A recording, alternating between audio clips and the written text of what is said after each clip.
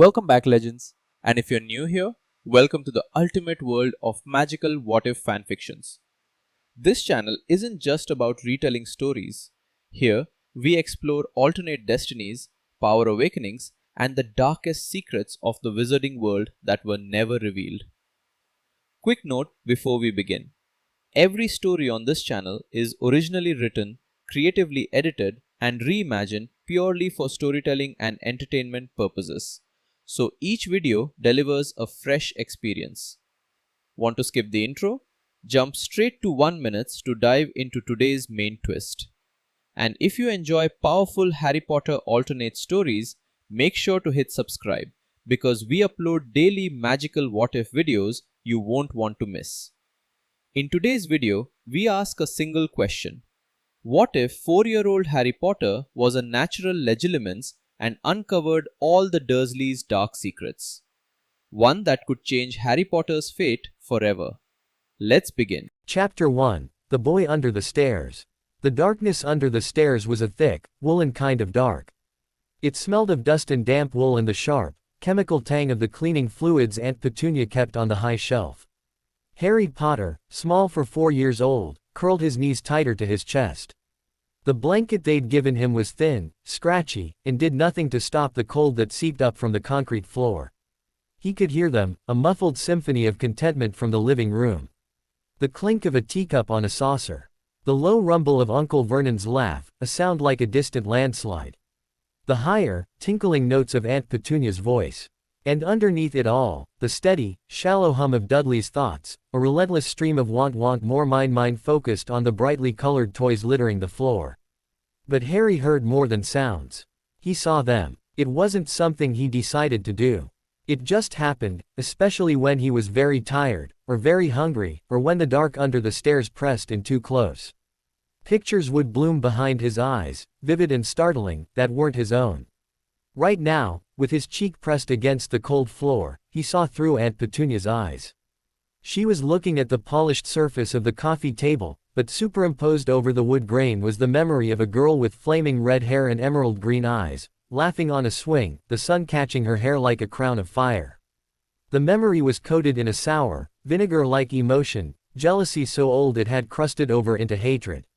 The name floated with the image, Lily. Harry flinched. Lily. The word sometimes came to him in the night, whispered in a woman's voice that smelled like flowers and safety. His mum. A crash from the living room made him jump. Dudley had thrown his toy car. Uncle Vernon's laughter boomed. "Atta boy. Strong throw." And with the noise, a wave of Uncle Vernon's mind washed over Harry. It was a heavy, greasy sensation, full of bluster and smug satisfaction. Harry saw, as clear as day, Uncle Vernon at his desk at Grunnings, slamming a fist down on a pile of papers, shouting at a cowering young man with glasses. The pleasure Uncle Vernon took in it was a dark, warm glow. Put him in his place.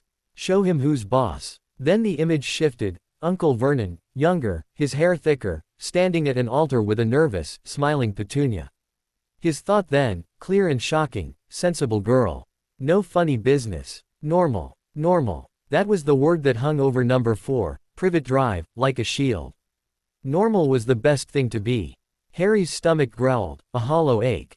Dinner had been a spoonful of cold beans and half a slice of dry bread. He knew, because he'd felt Petunia's flicker of guilt as she served it, quickly buried under a louder, insistent thought, mustn't spoil him. Mustn't encourage his strangeness. He closed his eyes, trying to make the pictures go away. Sometimes he could, if he thought hard about nothing, about the empty black behind his own eyelids. But the hunger pangs made it difficult.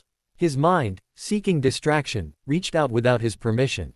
It brushed against Dudley's. A jumble of bright, simplistic images. The blue car. The sweet, sticky taste of pudding. A desire to hit something soft. Then, deeper, a fleeting memory from that afternoon. Dudley in the playground, pushing a smaller girl off the swing. Her shocked face, her tears. Dudley's burst of triumphant joy. Mine now. Harry pulled back, feeling sick. He didn't like touching Dudley's mind. It was sticky and left a nasty taste, like spoiled milk. Silence fell in the living room. The television buzzed to life.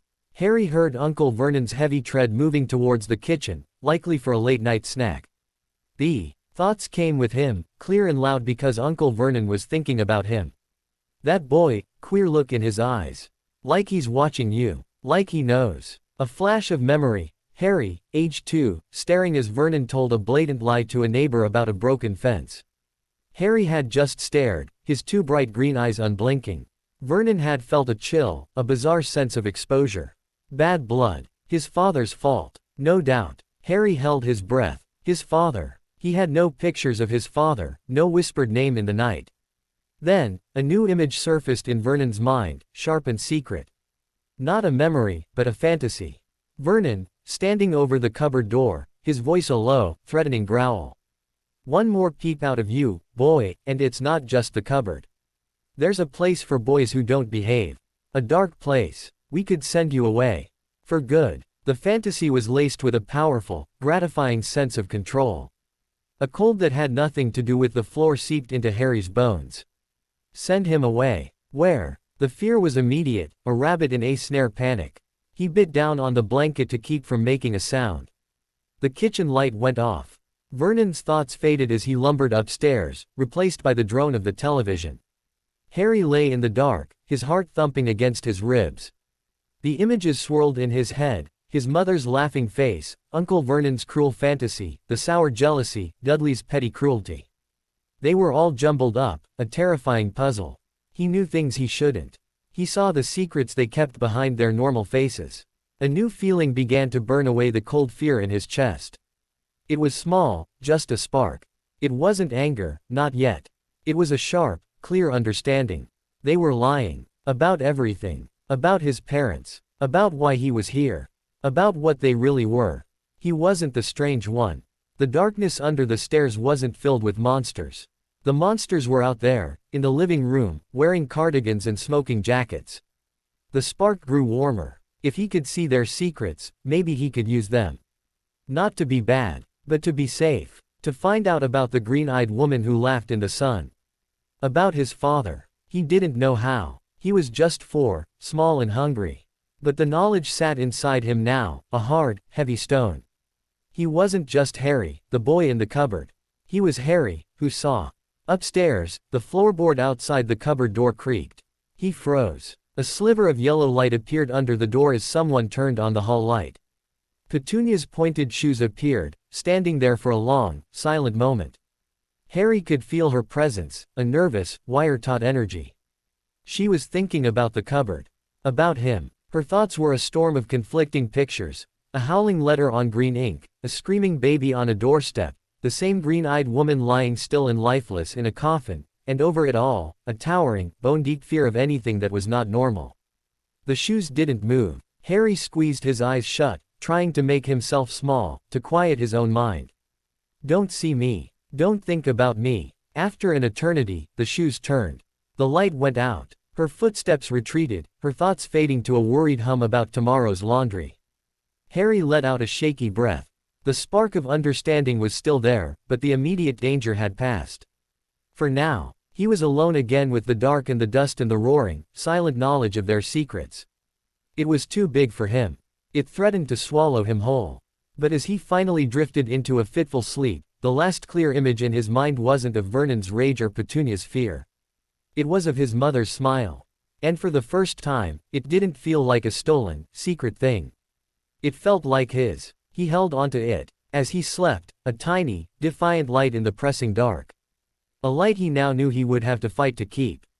Chapter 2, Cracks in the Perfect Picture. The morning sun through the high, narrow vent of the cupboard was a pale, anemic thing, more a suggestion of light than the real thing.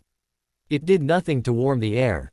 Harry was already awake, had been for hours, listening to the morning rituals of the house.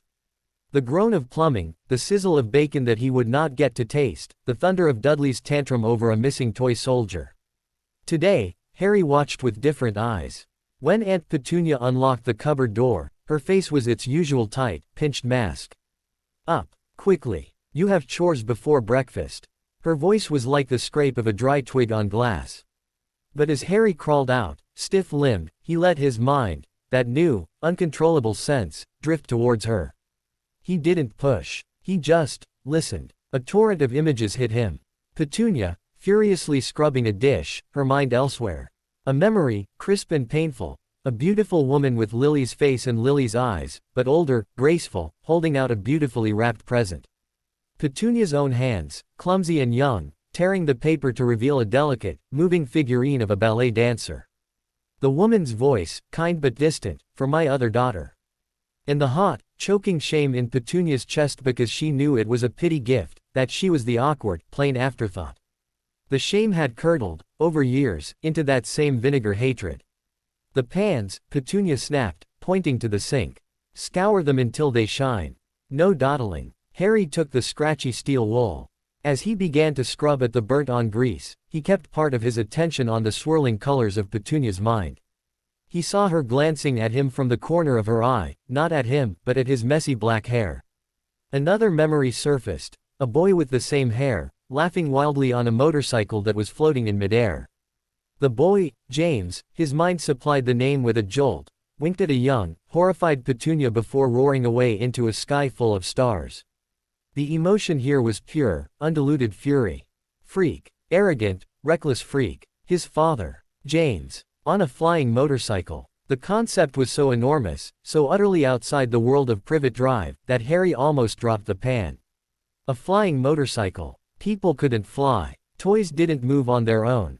Yet the memory was there, vivid and real in Petunia's mind, polished by years of retelling herself how monstrous it was. What are you gawking at, boy? Uncle Vernon's voice boomed from the kitchen doorway. He filled the space, his mustache bristling. Harry dropped his gaze to the soapy water. Nothing, Uncle Vernon. See that it's nothing. Eyes on your work. Vernon settled at the table with his newspaper, a wall of tweet and disapproval. His thoughts were a sluggish river of complaints, about the government, about the traffic, about the odd-looking man he'd seen at the bakery. Harry scrubbed in silence, but his mind was racing. A flying motorcycle. A mother who could make flowers bloom in her hands, another flash from Petunia, accompanied by a sneer. They weren't normal. His parents weren't normal. And that, he realized with a cold clarity, was the great, unspoken crime. That was why he was in the cupboard. He carried the not normal in his blood, in his eyes. Dudley came galumphing in, demanding more bacon. As Petunia fussed over him, Harry felt a petty, mean little thought slip from her mind towards Harry, sharp as a needle. At least my daughter's is normal. Proper. The spark from the night before flickered into a small, steady flame. You're not normal either, he thought, looking at the rigid line of her back. You're just afraid. He didn't know where the thought came from. But it felt true. The morning wore on. Harry was sent to weed the flower beds under the blistering sun. The earth was hard, the dandelions stubborn. As he yanked at the roots, he practiced. He tried to reach out, not towards the house where the mines buzzed loudly, but further. To the neighbor's cat sunning itself on the wall. He felt a vague, warm sensation of contentment, a dim picture of a juicy bird. It was simple, peaceful. Then he tried the old man who lived 2 doors down, Mr. Simmons, who was polishing his car. A jumble of worries about his pension, a fond memory of his late wife's smile, a slight ache in his knee. It was messy, human. It didn't feel invasive. It just was. Harry realized he could, to a small degree, choose. He could let the noise wash over him, or he could focus and try to listen to one thread. He could also, if he concentrated very hard on his own emptiness, make it all go quiet. It was a relief, like closing a door on a shouting room. He was so focused on this new skill that he didn't hear Dudley approach until a shadow fell over him. "What are you doing, freak?" Dudley sneered, his piggy eyes gleaming with anticipated cruelty. Harry looked up. Without meaning to, his mind connected. Smash the ants. Kick the dog. Pull the girl's hair. Make him cry. Make him cry. It was a chant, a mantra of petty power. Underneath it, though, was something else, a fuzzy, confusing lesson from school about sharing. A teacher's kind face. A fleeting feeling of being wrong. It was immediately crushed by a louder, imagined voice, Vernon's. "That's my boy. Show him who's boss." "Weeding," Harry said quietly, looking back at the soil. "Looks like you're eating dirt," Dudley jeered. He stepped closer, his foot landing deliberately on a pile of uprooted flowers Harry had gathered. "You're so stupid you probably would." The desire to shove, to hit, radiated from Dudley like heat from an oven.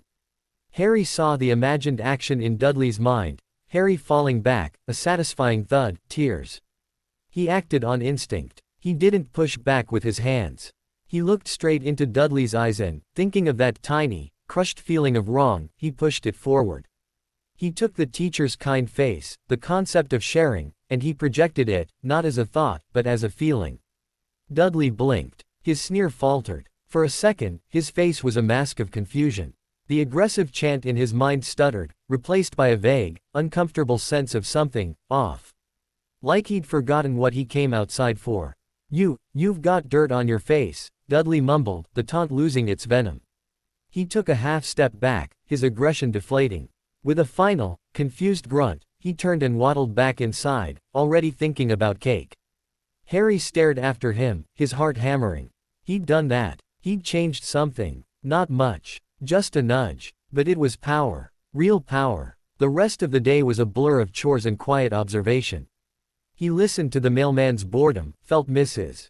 Next door's simmering resentment towards Petunia over a boundary dispute, tasted the sweet, simple joy of a bee in the lavender bush. But he kept coming back to the big secrets, the ones that hummed in the foundations of the house. That night, after another meager meal eaten alone in the kitchen, he was sent back to the cupboard early. Vernon was in a particularly good mood, a big deal at work was going through. Harry lay in the dark, practicing his new control. He built a wall in his mind, brick by brick, keeping the invasive thoughts out. Then, carefully, he made a small window in the wall. He focused it upwards, towards the master bedroom. Vernon's mind was a satisfied haze of brandy and triumph. Petunia's was a list of anxieties. But as Harry listened, pushing a little deeper past the surface noise, he found it. The oldest secret. The one that smelled of fear and rain. It wasn't a single memory, but a collage, worn smooth by terror. A howling, stormy night. A bundle on the doorstep. A letter written in emerald green ink that seemed to shout the words. Remember my last, a giant of a man on a flying motorcycle. The word, Azkaban, whispered like a curse. The absolute, world-shattering certainty that the wizarding world, that word surfaced, sharp and strange, was violent, uncontrollable, and had now irrevocably crashed into their pristine, normal life by leaving its most unwanted consequence on their clean doorstep. And the deepest, most hidden thought of all, Petunia's true core of steel, we will stamp it out of him. We will make him normal. Or we will make him disappear. Harry broke the connection, gasping. He felt cold sweat on his forehead. Azkaban. Wizarding. A giant. A letter that shouted. They hadn't just taken him in reluctantly. They had taken him in terror. They were hiding him, not just from the neighbors, but from that other, violent world. And they were trying to kill the magic in him, one hungry day, one dark cupboard at a time. The flame in his chest was no longer just a spark. It was a small, fierce fire. They were afraid of what he was. They were afraid of where he came from. Good. He wasn't afraid anymore. Not of them. He was afraid of the stormy night, the giant, the place called Azkaban. But he was also terribly, desperately curious. That other world had flying motorcycles and letters that shouted and, apparently, his parents. He had a power they didn't understand. He could see their lies. And he would use it. He would learn everything. He would find every last secret this house held. And then, he didn't know what, then, was. He was 4. But as he closed his eyes, the darkness under the stairs didn't feel like a prison anymore. It felt like a fortress. And he was the silent, unseen king inside, learning the maps of his enemies' minds. Outside, a wind picked up, rattling the drainpipe. It sounded, for just a moment, like the distant roar of a motorcycle. Harry smiled in the dark. Chapter 3, A Whisper in the Garden. The days began to take on a new rhythm, a secret double life. By day, Harry was the shadow in the house, scrubbing, weeding, silent. By night, in the quiet dark of his cupboard, he was an explorer. He mapped the Dursleys, minds like a cartographer charting treacherous, familiar lands. He learned to recognize the textures of their thoughts. Vernon's were heavy, blunt objects, hammers of ambition, anvils of irritation. Petunia's were sharp, precise things, needles of envy, scissors of resentment. Dudley's were simple, bright balloons of want, easily popped. He also learned the cost. Using the power, Legilimens, his mind supplied one day, plucking the strange, perfect word from a forgotten corner of Petunia's memory where it had been hissed in a furious argument with the red-haired woman, left him with a throbbing headache if he did it too much. It made him even quieter, more inward, which the Dursleys mistook for improved docility. Finally learning his place, Vernon grunted one evening, watching Harry methodically polish the silver. Petunia merely sniffed, but Harry caught her flicker of unease. Too quiet. Like he's watching. She didn't know how right she was. The garden became his sanctuary. It was there, on a Thursday afternoon choked with humid, still air, that he made his first deliberate move. Aunt Marge was coming for a visit. The house was in a state of militaristic preparation. Petunia's mind was a storm of checklists and latent dread. Vernon's was a puffed-up parade of familial pride. Dudley's was a greedy glee at the prospect of more presents. Harry knew, from years of painful experience and recent mental glimpses, that Aunt Marge's visits were the worst. Her mind, when he'd brushed against it before, was like a kennel, full of snarling, disciplined thoughts about discipline, and a deep, viscous love for her bulldogs that far outstripped any feeling for humans, especially him. He was tasked with meticulously weeding the rose beds that lined the pristine lawn, a punishment for some minor infraction. The sun beat down. As he worked, his mind drifted to the border of the garden, to the rickety wooden fence that separated number 4 from the wild, untamed copse of trees behind it. And that's when he heard it. Not a thought, a whisper. It was faint, a thread of sound so soft it was almost a feeling. It wasn't English. It was a hiss, a sigh, a language of dry scales and sunlight on stone. SSSSO warm, mice in the grass, SSS stupid, fat birds. Harry froze, a dandelion root half pulled. He turned his head slowly. There was nothing there but the fence, the trees, and a large, flat rock baking in the sun. The whisper came again, laced with a sleepy contentment. Nice rock, SSS son. It was coming from the rock. No, under it. Heart pounding with a different kind of thrill, Harry crept closer. He didn't think. He simply opened that window in his mind and reached out, not for emotions or pictures but for the whisper itself. The world shifted. A wave of sensation, utterly alien, washed over him. The taste of dust and warm earth. The feeling of dry, smooth coils. The simple, potent pleasure of heat soaking into cold blood. And a consciousness, slow, old, and simple as a river stone. Who? The thought was a lazy ripple. Harry didn't speak. He pushed a feeling instead. Curiosity. Warmth. Not a threat. A long, sinuous shape shifted under the edge of the rock. A sleek, bronze-colored head emerged, followed by several inches of coiled body. A grass snake. Its black, forked tongue flickered out, tasting the air inches from Harry's face. You are not nestling. You are warm blood, but you speak the true tongue. Harry understood. The hissing wasn't just noise, it was meaning, and his mind was translating. He looked into the snake's unblinking, glass-bead eyes and willed his reply, shaping it in the same slippery, sibilant mental language. I hear. I don't know how. The snake considered this, its mind a placid pool. The old magic. The speaker's gift. You are the first in many turnings of the sun. It began to slide fully out from under the rock, its scales whispering through the grass. The 2 legs here are loud. Stomp. Shout. Their minds are sharp stones. Yours is a quiet burrow. A connection, pure and startling, snapped into place. This was magic. His magic. Not just seeing, but speaking. To a snake. What is your name? Harry asked silently. Names are for 2 legs. I am of the warm rock and the tall grass. You may call me Copper, for my skin. Copper. Harry felt a smile touch his lips, a real one, for the first time in he couldn't remember how long. I am Harry. Harry, the snake hissed, tasting the word. You have the smell of trapped things about you. The dark, small place under the loud nest. It's my cupboard. A poor burrow. No sun. Copper coiled comfortably near his knee. The large, loud 2 legs with the fat pup, they hiss at you without tongues. Their thoughts have teeth. I know, Harry replied, a wave of fierce gratitude towards this strange, cold creature washing over him. I can hear their teeth.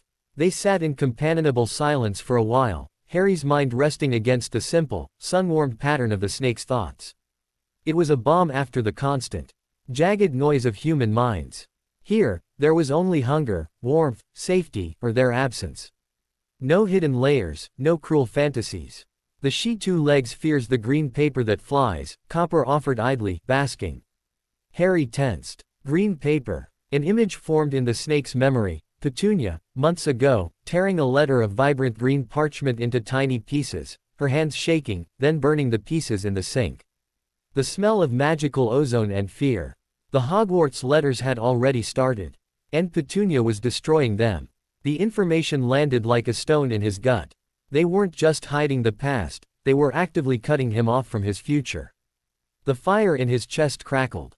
Thank you, Copper, he sent, the sentiment deep and sincere. The sun moves. The fat pup comes, Copper hissed suddenly, sliding swiftly back under the rock.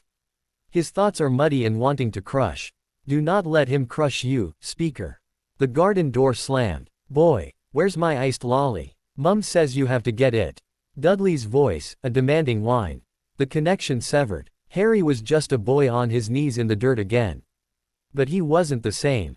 He had an ally. He had a name for his power. He had proof. He got to his feet, brushing dirt from his threadbare trousers. As he walked towards the house, towards Dudley's petulant glare, he held onto the cool, smooth sensation of Copper's mind. It was a shield. That night, the storm broke.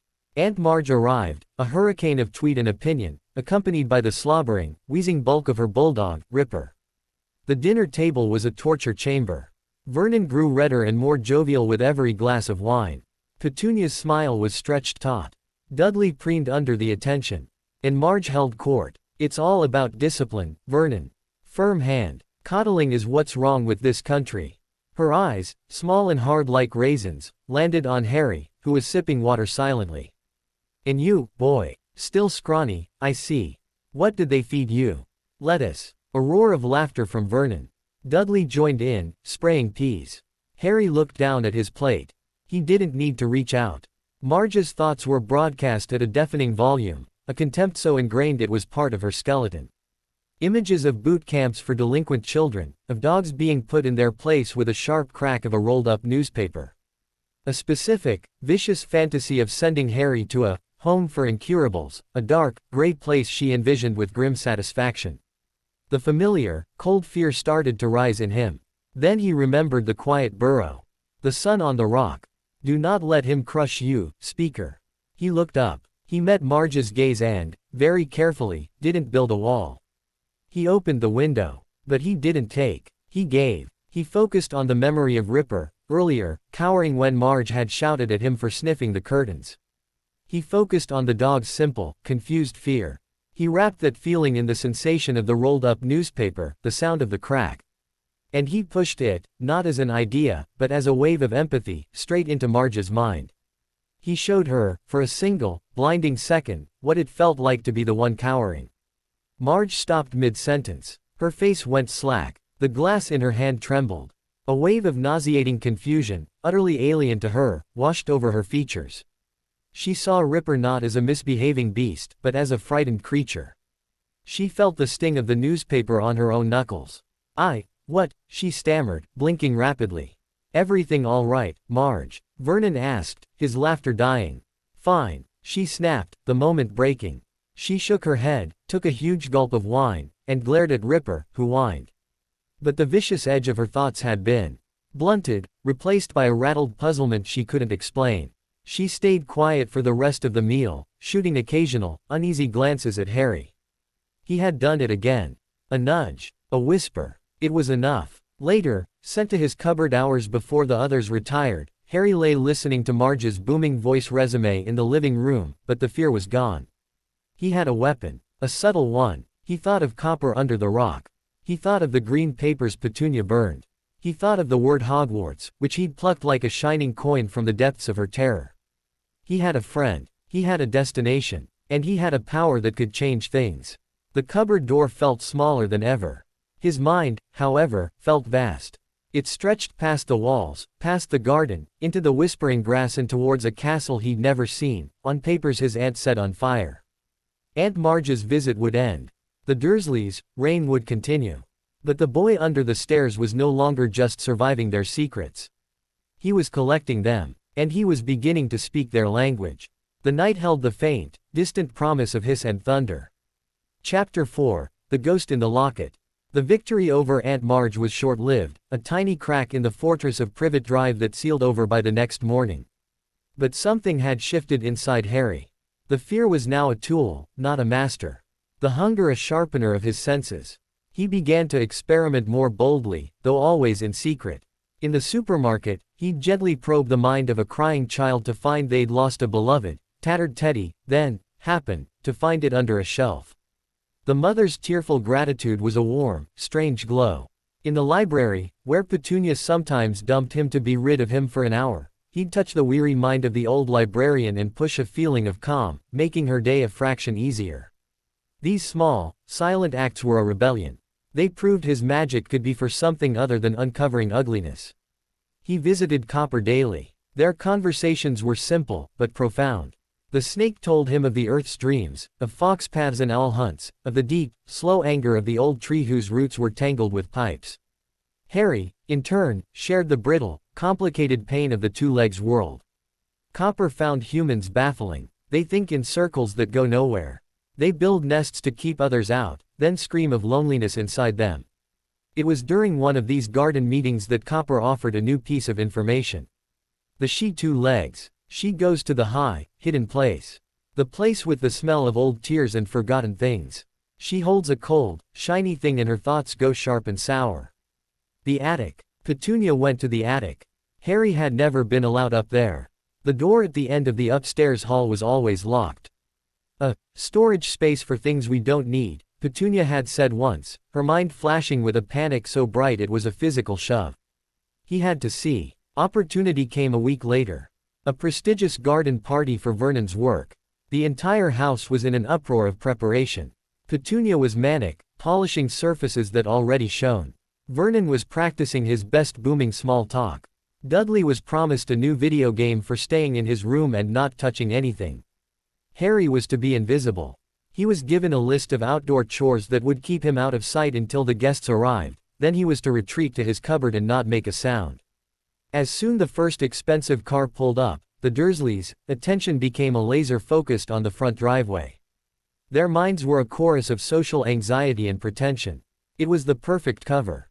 Harry slipped in through the back door, silent as a ghost. The house was empty, buzzing with a strange, anticipatory silence.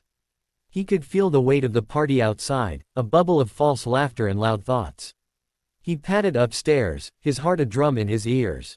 The attic door was, as expected, locked. A simple, brass Yale lock. Harry stared at it. He'd never picked a lock.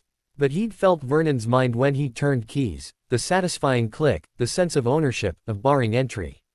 He placed his small, thin hand over the knob. He closed his eyes. He didn't try to see the mechanism. He pushed a feeling into the metal, a memory that wasn't his of the correct key sliding in, the pins aligning, the turn. He poured intent into it, open. Yield. A warm tingling shot from his chest, down his arm, into his fingertips. There was a soft, definitive click. He turned the knob. The door swung inward, revealing a steep, dark staircase smelling of dust, mothballs, and something else, a faint, floral perfume long gone stale. He climbed, the steps groaning under his weight. The attic was a landscape of draped sheets and stacked boxes, lit by a single, grimy dormer window. The air was thick and still. Memories, not his own, seemed to seep from the very walls, childhood boredom, teenage resentment, adult bitterness. He opened his mind. The psychic noise was faint, old, like echoes. But one source hummed with a more recent, potent energy. He followed it, weaving past a dressmaker's dummy that looked eerily like a specter, to a small, ornate wooden chest tucked under the eaves. It was locked too, with a small, silver padlock. This one felt different, colder. There was a residue on it, a tingle that made his teeth ache slightly. Magic. A feeble, fading ward, placed not by skill, but by desperate will. Petunia's will. His unlocking trick didn't work this time. The magic repelled him. He focused harder, pushing against the cold tingle. A headache began to bloom behind his eyes. He saw, in his mind's eye, Petunia's hands placing a small object inside, her thoughts a frantic chant, forget.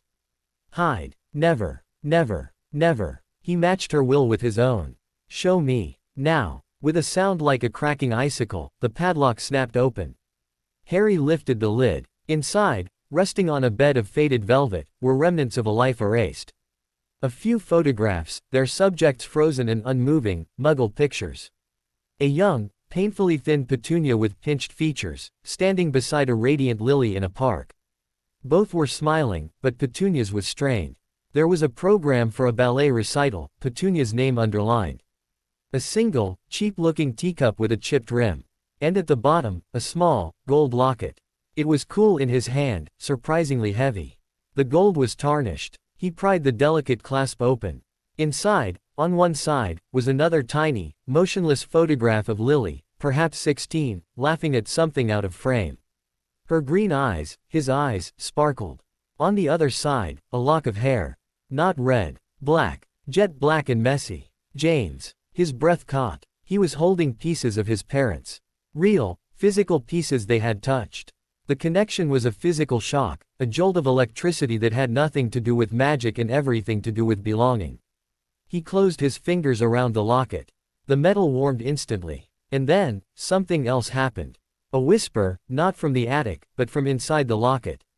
A fragment of thought, an emotional imprint left by the last person to hold it with love. Not Petunia. Lily. It was a feeling, pure and overwhelming, protection.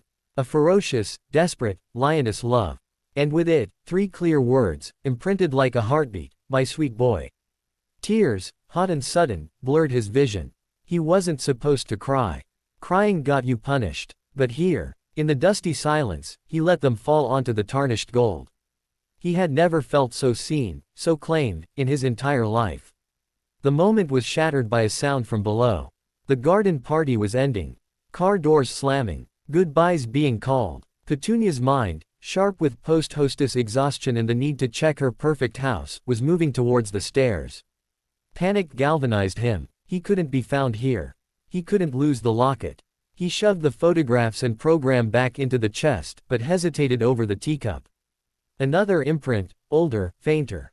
A woman's hands, gentle and old, his grandmother. A feeling of home. He took it too. He snapped the chest shut, the broken lock useless. He'd deal with that later. He fled down the attic stairs, closed the door behind him, and heard the key turn in the lock from the outside just as he reached the bottom. He froze, pressed against the wall. Petunia was on the other side, her mind preoccupied with calculating how many canapés were left. He waited until her footsteps receded towards the kitchen, then darted across the hall and into the shadowy space under the stairs, his treasures clutched to his chest. In the darkness of his cupboard, he examined his haul by the thin light from the vent. The chipped teacup felt sacred. The locket was a furnace against his skin. He opened it again, staring at his mother's face, at his father's hair. My sweet boy. The words weren't just a memory. They were a compass. They pointed away from here, towards the love that had been stolen from him. He hid the locket and cup behind a loose brick in the back of the cupboard, a space he'd discovered for hiding crusts of bread. They were safe. They were his. That night, as the Dursleys slept off their rich food in smug satisfaction, Harry lay awake, the locket chain wrapped around his thin wrist. He replayed the feeling of his mother's love. He thought of the broken lock, the magic he'd shattered. Petunia would discover it. She would know someone had been in her secret place. A new kind of suspense tightened in his stomach. It wasn't fear of punishment. It was the anticipation of a confrontation. He had crossed a line, taken something she could never give. He had tangible proof that he came from love, not from freakishness. He had stolen back a piece of his own soul. And as he drifted to sleep, the ghost of Lily's love a shield around him, he knew the fragile piece of privet drive was over. The secrets were no longer just in their minds. They were in his hands. And he would never let them go. Chapter 5. The cracks widen. The attic was discovered 3 days later. Harry heard the scream from the garden. A short, sharp sound of pure, undiluted violation, quickly strangled into silence. It was Petunia. He was on his knees, picking stones out of the flower bed as she'd ordered, his fingers gritty with soil. He didn't look up, but his mind, now perpetually tuned to the frequencies of fear and anger in the house, snapped to attention. He felt her panic first, a wild, fluttering thing like a bird trapped in a chimney. Then came the cold, hard plunge of understanding, followed by a surge of rage so white-hot it scalded the edges of his own consciousness. The chest. The lock. Broken. Her thoughts were a tangled, shrieking mess. He's been up there. The freak. The thief. What did he take? What did he see? He kept his head down, his own mental walls firmly in place, projecting nothing but the empty, focused intent of a boy doing a boring chore. The back door slammed. Heavy, rapid footsteps approached across the lawn. He could smell her perfume, laced with the sharp scent of her sweat. Boy. Her voice was low, trembling with the effort of control. It was worse than a shout.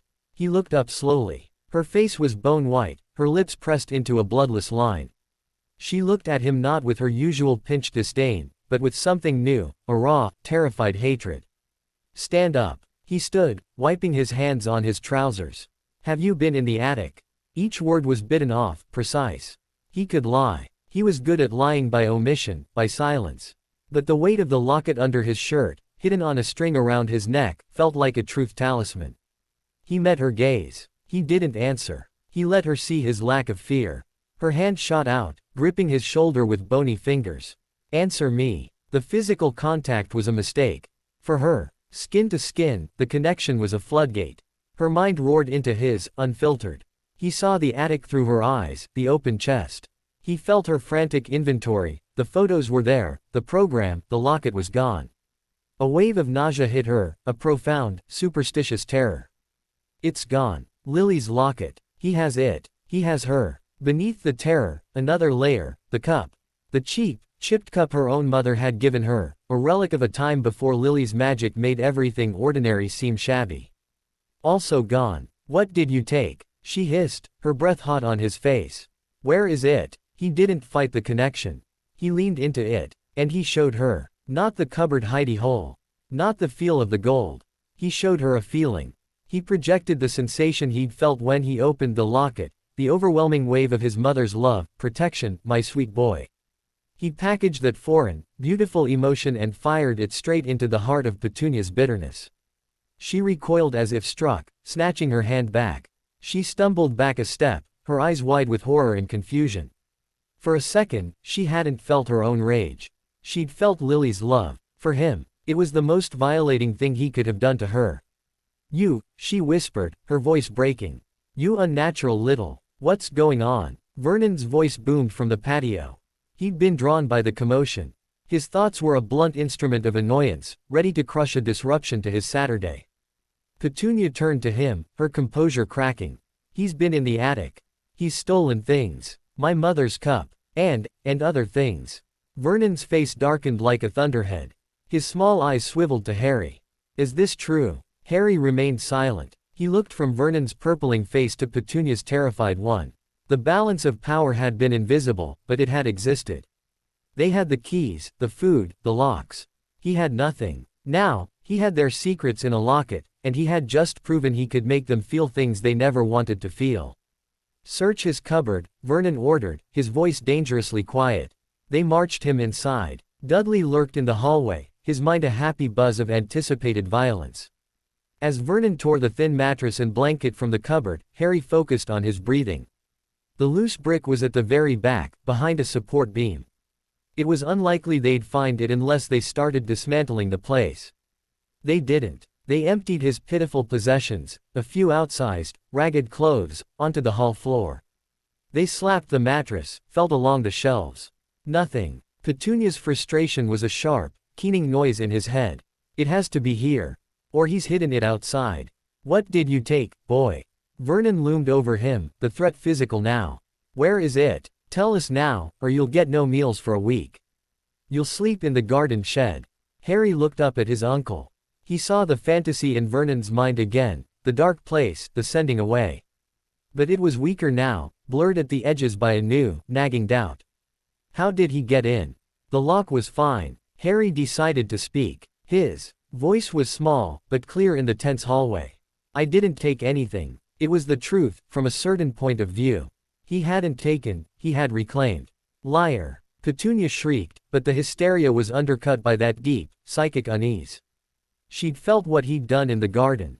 We'll see about that, Vernon growled. No supper. For 3 days. And you can clean the garage from top to bottom. Every inch. If I find so much as a speck of dust, it'll be worse. The punishment was severe, but it was a retreat. They had no proof. Only their fear, which was now a living thing in the house, and Harry knew its shape intimately. The next few days were a silent war of attrition. Harry cleaned the garage, a cavernous space filled with oily tools and the ghost of Vernon's car obsession. He was given water and a crust of bread each day. The hunger was a familiar beast, but the locket against his skin fed something else. At night, he'd take it out, opening it in the dark. He couldn't summon the whisper of his mother's love on command, but its memory was enough. He started talking to it, in his mind. I found your friend Copper. I made Aunt Marge confused. They're afraid of me. I wish I knew what you looked like when you laughed. It was during one of these garage days, his stomach gnawing on itself, that he made another discovery. Frustrated with a stubborn oil stain on the concrete, he thought of the locked padlock. He stared at the stain, imagined it gone, and pushed that wand with a thread of his magic. Not much. Just a nudge. The stain didn't vanish, but it loosened. The grime seemed to retreat from the center outwards, making it easier to scrub away. It was accidental, wandless magic of the most basic kind, the kind that had gotten him in trouble as a toddler, making his hair grow back overnight or vanishing a hideous sweater. But now, he was aware of it. He could feel the energy leave him, a slight drain followed by a curious warmth in his chest. He practiced. He focused on a dusty spiderweb in a high corner and willed it to gather itself into a ball.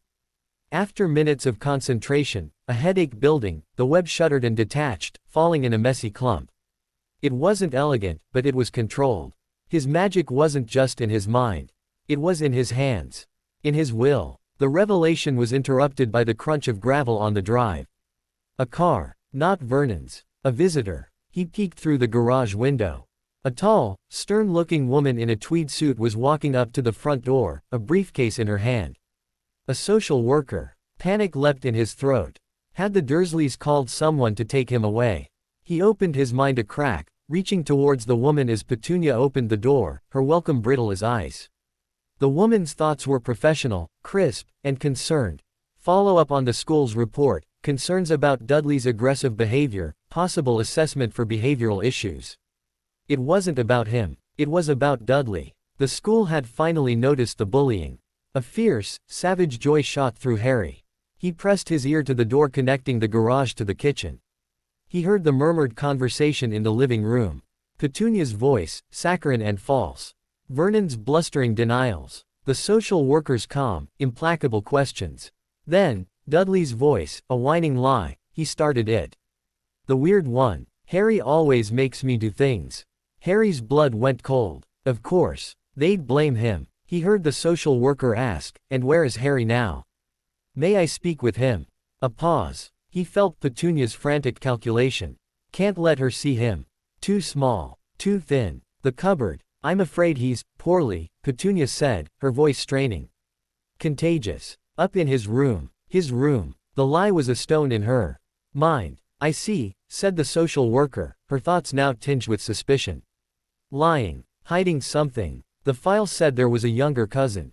The visit ended with vague threats of further inquiries, of mandatory parenting workshops. The front door closed. Silence for a beat, then an explosion. Vernon's roar shook the house.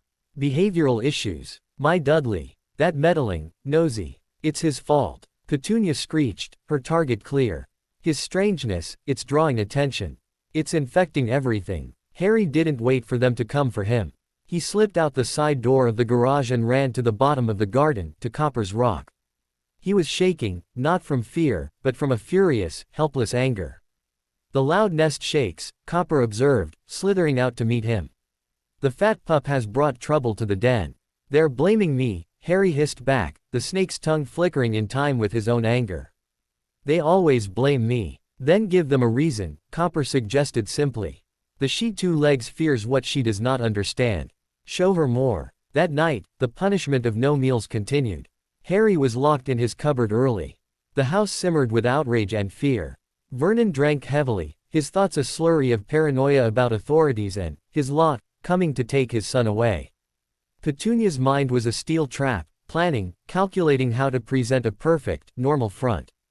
Harry lay in the dark, the locket in his hand. He thought of the social worker's suspicion. It was a crack. A tiny, legal crack in their perfect wall. He couldn't make Dudley behave. But he could make the Dursleys unravel. He had an idea. A dangerous one. He waited until the dead of night, when the house was asleep. He focused on Petunia, asleep in her sterile bedroom. He didn't try to give her a feeling. This time, he crafted a dream. Using the images he'd stolen from her own mind, he built it carefully. He showed her the green envelope, not torn, but whole, beating like a heart on the doormat. He made it multiply. Dozens of them, pouring through the letterbox, fluttering down the chimney, thumping against the windows. All screaming in Lily's voice, "He's ours. You can't have him. He's a wizard." He showed her a figure in the doorway, not a giant, but himself, aged 11, holding a wand, his green eyes glowing with power. And behind him, a phantom crowd of robed figures, pointing, judging, whispering, child abusers. He pushed the dream into the quiet of her sleeping mind and let it take root. Down the hall, Petunia Dursley began to whimper in her sleep. Harry didn't stop there. He turned to Vernon's slumbering, brandy-heavy mind. He crafted a simpler, more visceral nightmare. Vernon, at his precious gruntings, but all the drills were screaming in high-pitched voices. His colleagues had owls' heads and were hooting verdicts at him, and the walls were papered with moving photographs of Harry, staring, always staring. And a single, booming voice, like a judge's gavel, "Unfit. Unfit. Unfit." Vernon snorted, thrashing, a low groan escaping him. Harry severed the connections, exhausted. His head pounded as if split. He'd never tried anything so complex. He felt drained, hollowed out. But he'd done it. The next morning, the atmosphere at number 4, Privet Drive was toxic. Petunia's hands shook as she made tea, dark circles under her eyes. She couldn't look at Harry. Vernon was sullen, violent in his silence, jumping at normal household sounds. The fear from the social worker's visit had been fertilized, grown monstrous thorns in the night. They didn't speak to him. They barely looked at him. The food punishment was forgotten in the face of their private terrors. Harry was given a slice of toast and pointed to the living room to dust. As he passed the mirror in the hall, he caught a glimpse of himself. Small, too thin, in overlarge clothes. But his eyes, in the dim light, seemed to hold a new, unsettling depth. The eyes of a boy who could walk in dreams and steal secrets from locked chests. He wasn't just uncovering their dark secrets anymore. He was planting his own. And he knew, with a cold certainty, that the fragile facade of the Dursleys' world was about to shatter. The question was no longer if. It was when, and what would emerge from the wreckage. Chapter 6, The Shed. The nightmares took root. They didn't bloom just once, but returned night after night, mutated by Petunia's own reservoirs of guilt and Vernon's cavernous insecurities. The house on Privet Drive became a place of waking dread. Doors were locked not just at night, but during the day, the cupboard, the attic, the liquor cabinet. Petunia started checking the mail with a kind of religious terror, flinching at the rustle of paper. Vernon would stare blankly at the television, his fingers twitching, jumping when Dudley slammed a door. They began to look at each other with a new, festering suspicion. Petunia's thoughts, when Harry brushed against them, whispered, "It's the boy. He's doing this. He's like her. He's cursing us." Vernon's mind circled a simpler, more brutal conclusion: the freak is poisoning the air. Needs to be removed. But, removed, was a fantasy with no practical outlet. The social worker's visit had tied their hands. Any drastic action now would bring more scrutiny. They were trapped in a nightmare of their own making, and they blamed the small, quiet boy who dusted the living room and weeded the garden. Harry, for his part, was exhausted. The deliberate dream weaving had taken a toll. His headaches lingered, a dull throb behind his eyes that made the Dursleys' loud thoughts even more abrasive. He kept his walls high, but maintaining them was like holding up a heavy shield. He spent more time in the garden with Copper, whose slow, sun-warmed thoughts were the only peace he could find. They rot from the inside, Copper observed one afternoon, as Harry shared a stolen crust of bread with the snake. Like fruit left in the dark. Soon, they will burst. What happens then? Harry asked, watching a ladybug traverse a blade of grass. Then you must not be near the stink, Copper replied simply. The explosion came on a Saturday, orchestrated by Dudley. A new boy had moved in a few streets over, and Dudley, seeking to impress, had invited him over to see his collection, a shelf of toys he'd broken or grown bored with. The boy, whose name was Malcolm, was smaller, clever-eyed. Harry was ordered to bring them lemonade and biscuits, then disappear. As he set the tray down in the living room, he felt the familiar, ugly buzz of Dudley's performative cruelty.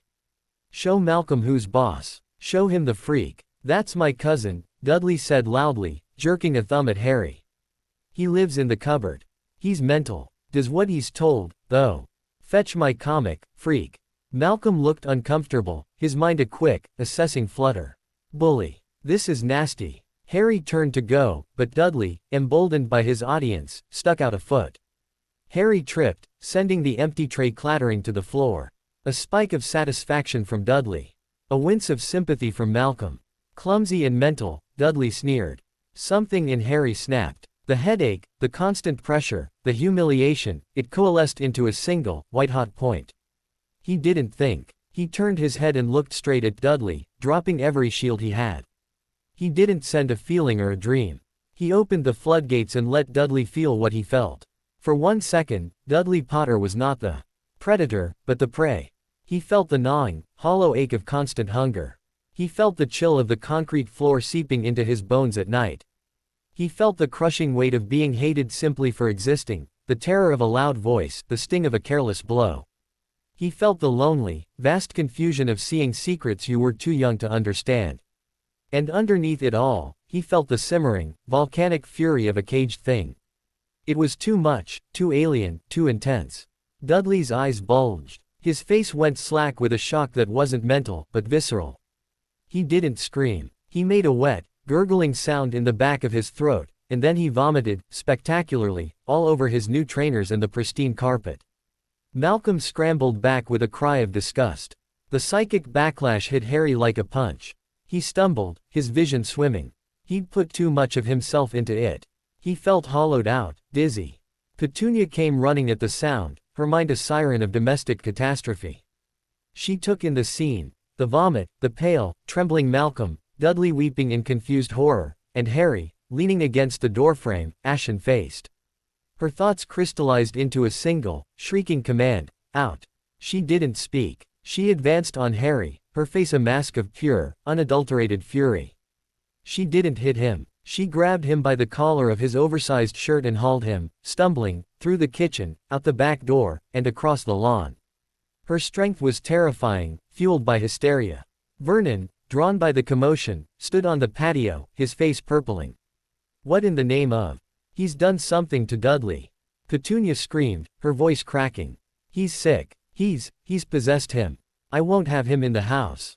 Not for another second." She dragged Harry to the very end of the garden, to the old, ramshackle wooden shed where Vernon kept rusty tools and bags of fertilizer. It leaned against the back fence, its roof mossy, its single window pane cracked. She wrenched the door open. The interior was dark, smelling of damp earth, motor oil, and decay. Spiders scuttled in the corners. In there, she spat, shoving him inside so hard he fell onto the hard, packed dirt floor. "You stay there until you learn to stop your fits." "Petunia," Vernon boomed, but his protest was weak. He'd seen Dudley. He'd seen the fear in his wife's eyes. The social worker was coming back next week. This was a solution. A terrible, immediate solution. "He is not setting foot in my clean house again," Petunia hissed, turning on her husband. "He can live out here with the worms and the spiders. Maybe it'll beat the devil out of him." The door slammed. A key turned in the lock. The world went dark, punctuated only by slivers of light through the cracks in the warped wood. Harry lay where he'd fallen, the wind knocked out of him, the taste of dirt in his mouth. He heard their footsteps recede, Petunia's shrill plans already forming. A cot, a bucket, "We'll say he's ill, contagious," Vernon's grudging assent. Silence descended, broken only by the rustle of something in the far corner. He was locked in the shed. Not for an hour. Not for a night. For good. Panic, cold and sharp, lanced through him. He scrambled to his feet, hurling himself against the door.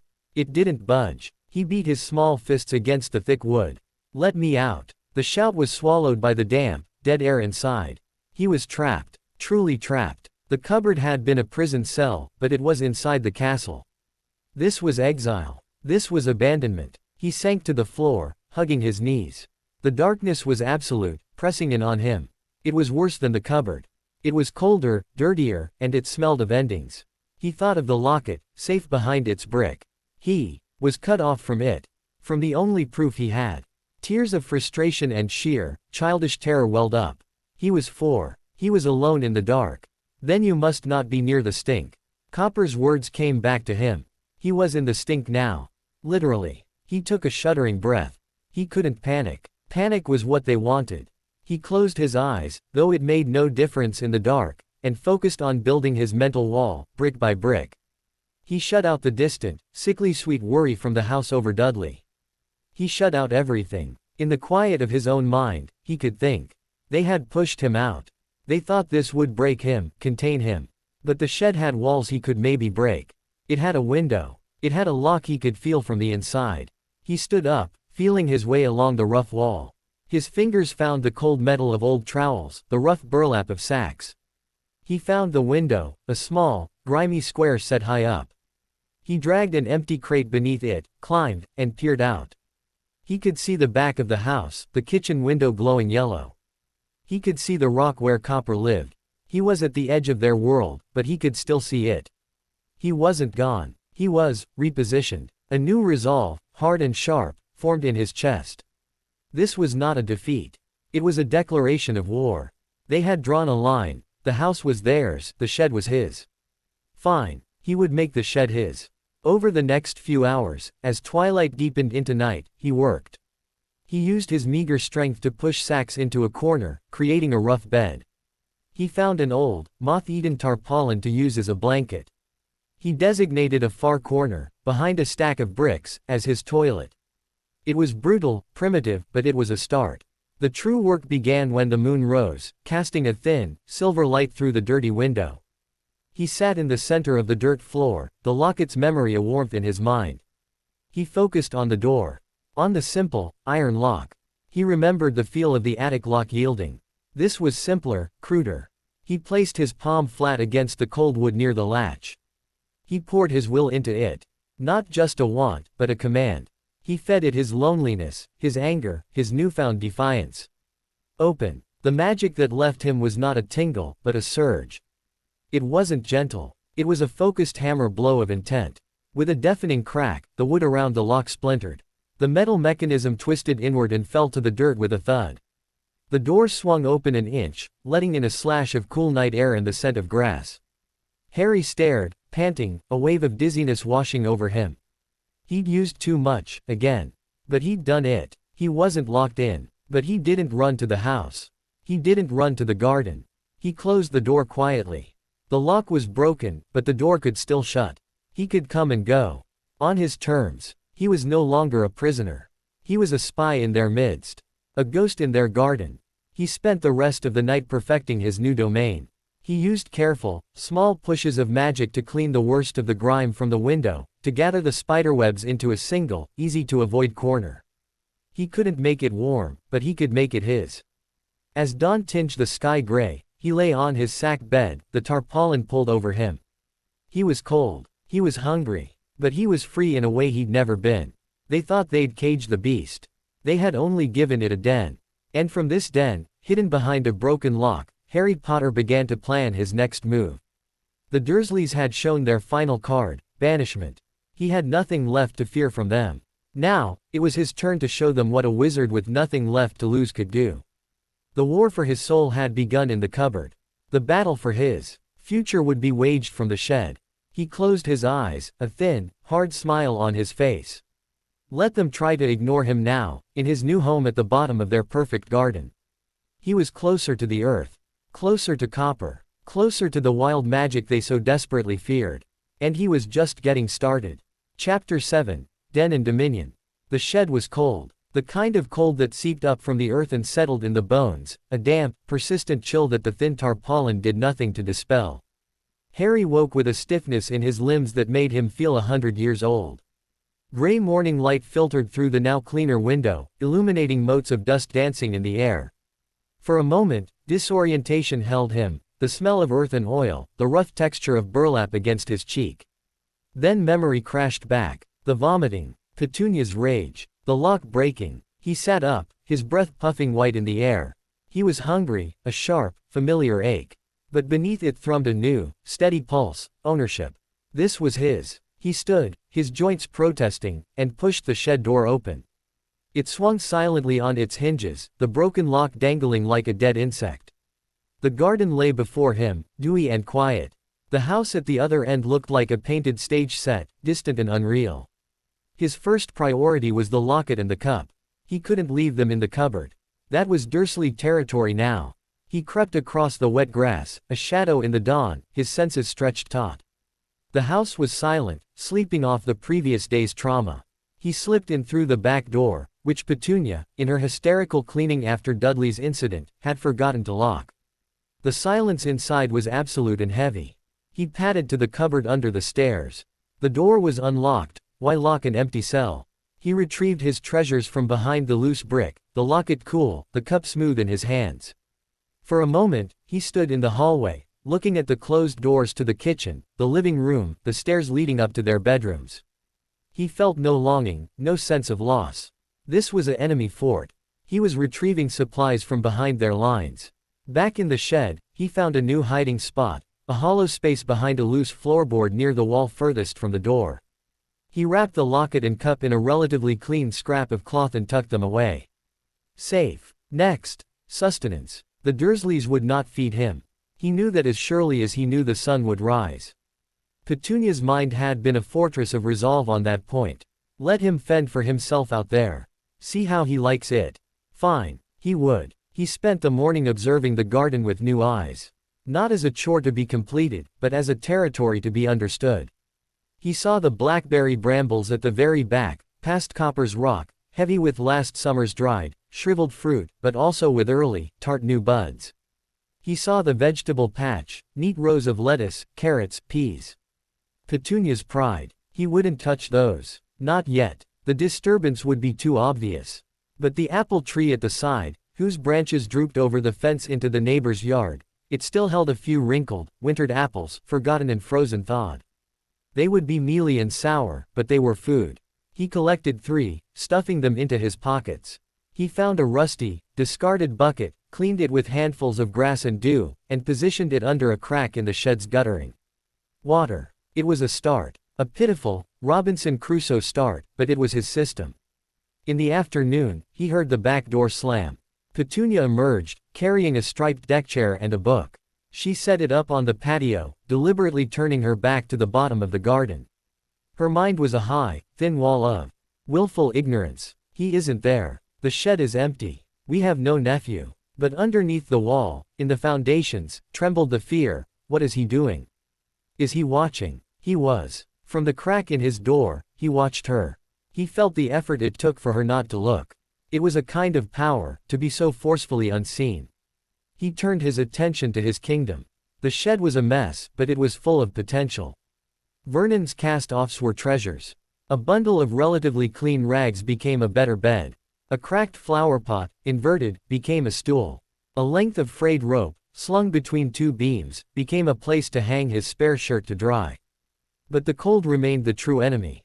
As the sun dipped, the chill bit deeper. He had no fire. No blanket that mattered. He sat on his flowerpot stool, shivering, and stared at a pile of old, dry newspaper wedged in a corner for insulation. Fire was dangerous. It would bring them running. But warmth, could he make warmth? He'd moved stains. He'd broken a lock. Could he change the air itself? He focused on the space immediately around his body. He didn't imagine fire. He imagined the absence of cold. He pictured a bubble, a shield, not of thoughts, but of still, warm air. He gathered the magic inside him, not a surge, but a slow, steady trickle, like breathing on frozen hands. He pushed the feeling outwards from his skin, an inch, then 2. A faint, shimmering distortion hazed the air around him. The biting cold on his cheeks softened. The numbness in his fingers receded, replaced by a gentle, ambient warmth. It was like sitting in a sunbeam that wasn't there. He held it, focusing on the flow, on maintaining the bubble. It was exhausting, a constant drain, but it was heat. His heat. He couldn't hold it forever. After maybe 20 minutes, his concentration broke, and the cold rushed back in, feeling even more bitter by contrast.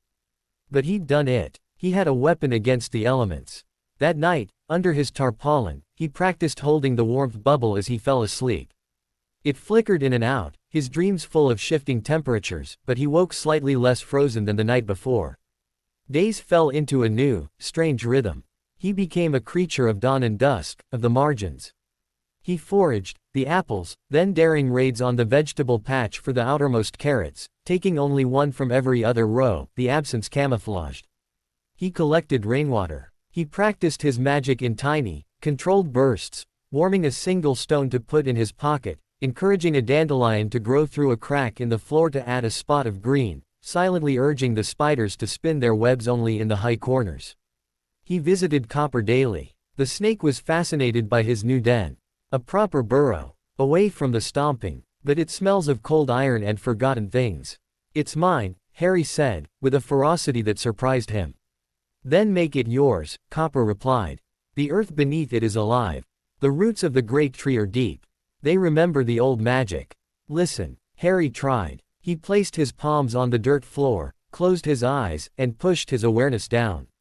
Past the concrete foundation, into the soil. He felt a vast, slow hum. The tree roots were like thick, sleeping cables. And they did carry a memory, a whisper of a time when this whole area was wild wood, when magic pooled in the hollows and glades. The memory was faint, faded by tarmac and fences, but it was there. A grounding, a connection. He drew on it, not to take, but to anchor himself.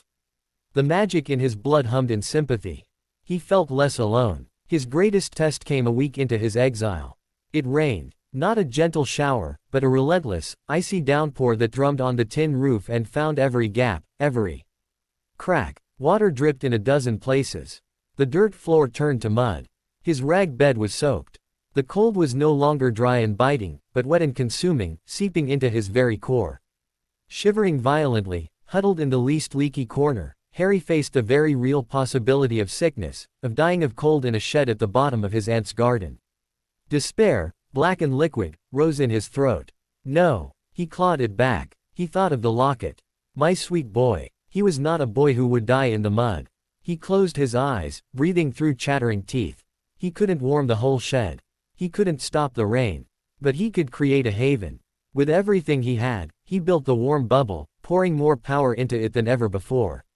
He expanded it from his skin to envelop his rag bed, the space immediately around him. He pushed the concept not just of warmth, but of dryness. He imagined an invisible dome, repelling the damp. The magic flowed out of him in a steady, draining river. His head throbbed. Nausea churned in his empty stomach. But slowly, the air inside his dome lost its chill. The rags beneath him began to steam, then dry. The drips hitting the top of the invisible shield sizzled into nothing, a fine mist that vanished. He sat in a small, dry, warm pocket in the heart of the storm. He held it for hours, slipping into a trance-like state, his entire being focused on maintenance. The storm outside raged. The shed groaned and leaked. But Harry Potter, age 4, sat dry and warm, a tiny, defiant sun in the darkness. When the rain finally stopped near dawn, he released the magic and collapsed, utterly spent. But he was alive. He was dry. He had survived. The next morning, weak but triumphant, he emerged. The garden was battered, puddled. The house was quiet. He saw Petunia at the kitchen window, staring out at the wreckage of her flowers. Her gaze swept over the shed, over him standing in the doorway, and darted away, refusing to acknowledge his existence, his survival. That was the moment Harry understood the true nature of his dominion. It wasn't about the shed, or the foraged food, or even the magic. It was about will. They had thrown him into the abyss, expecting him to vanish. Instead, he had built a ledge. They had given him the cold, expecting it to break him. He had learned to make his own warmth. He was no longer just surviving the Dursleys. He was living in spite of them. His world had shrunk to a few square meters of wood and dirt, but within those boundaries, he was king. He had tamed the cold. He had commanded the rain. He had turned exile into a fortress. He looked at the house, at the pristine windows, the ordered lawn. He felt no envy, only a cold, clear assessment. They had their domain. He had his. And his, he was beginning to realize, was built on something far more real than clean carpets and suburban approval. His was built on magic. On will. On a mother's love locked in gold. He went back inside his shed, closing the broken door softly behind him. He took out the locket, not to look at it, but to hold it. The metal was warm from his skin. "I'm here," he whispered to the silent photograph. "I'm still here." And for the first time, he believed he would stay that way. No matter what. The war wasn't over. But he had won the battle for his own soul.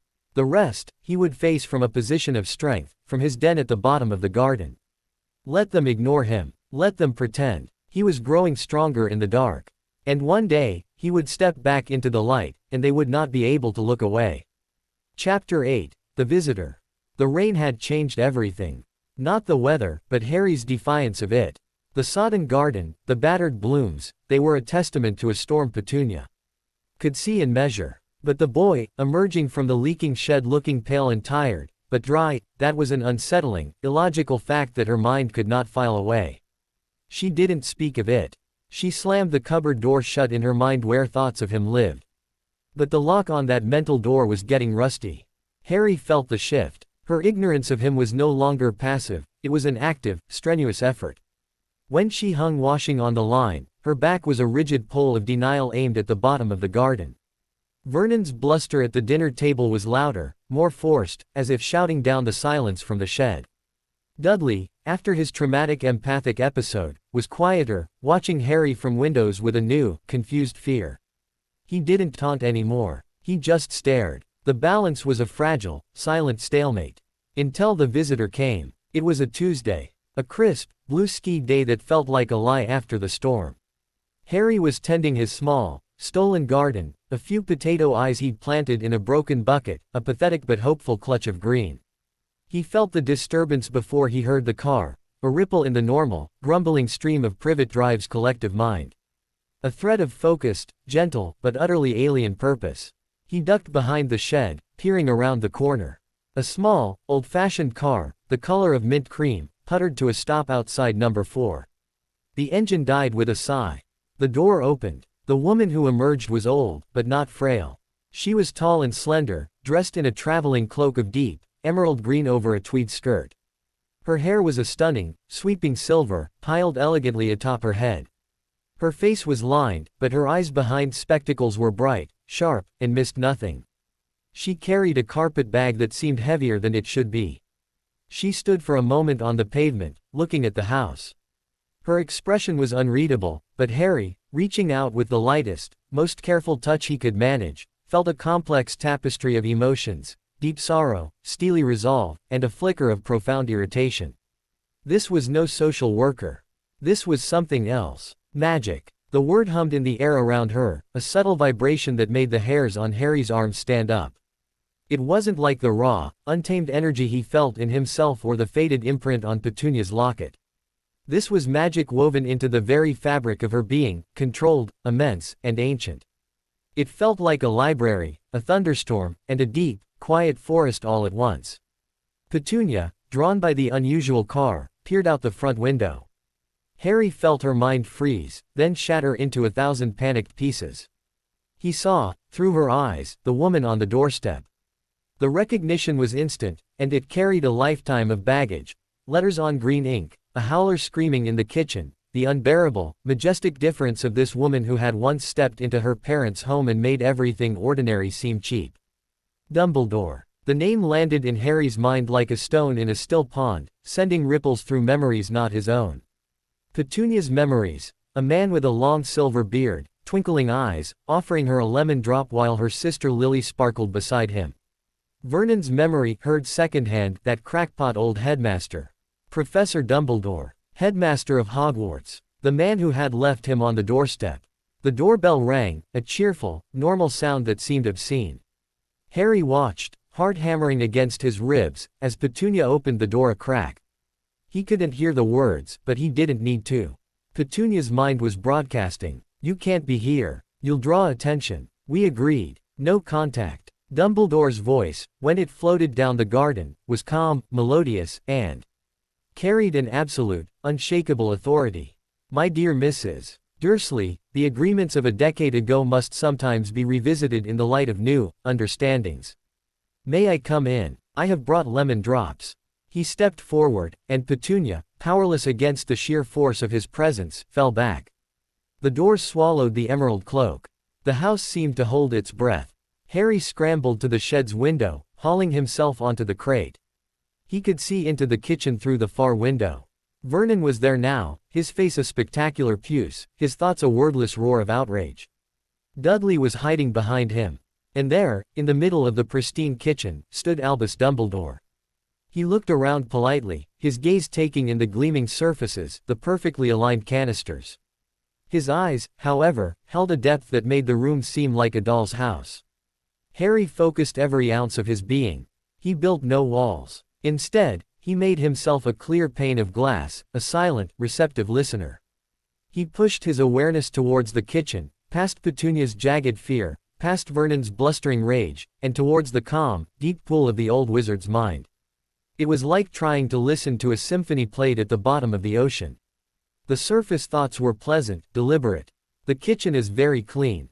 The Mr. Dursley is experiencing apoplexy. The child is not here. But beneath that, layers. Oceans of them. Swirling memories, vast intellect, plans within plans, and a grief so old and deep it had become part of the landscape. And guarding it all, not a wall, but a gentle, pervasive mist that politely deflected intrusion. Harry's probe slid off it like water off glass. Dumbledore's mind was a fortress, but it was a fortress that welcomed guests at the gate, never letting them see the armory. My duty to check on Harry's well-being, Dumbledore was saying, his voice still audible through the open window. Recent reports have suggested a need for a more direct assessment. Reports. Petunia's voice was a shriek. What reports? We've kept our word. He's been no trouble. He's fine. Is he? Dumbledore asked softly. His head turned, just slightly. His gaze, bright and blue, swept across the kitchen window, over the lawn, and for a fleeting, heart-stopping second, seemed to rest directly on the shed window where Harry crouched. Did he see? Or did he simply know? I should like to see him, Dumbledore said, turning back to Petunia. To see with my own eyes that he is healthy, and happy. Vernon found his voice. Now see here. We've housed him, fed him, clothed him. Done our duty. And we won't have you people, coming here and making accusations.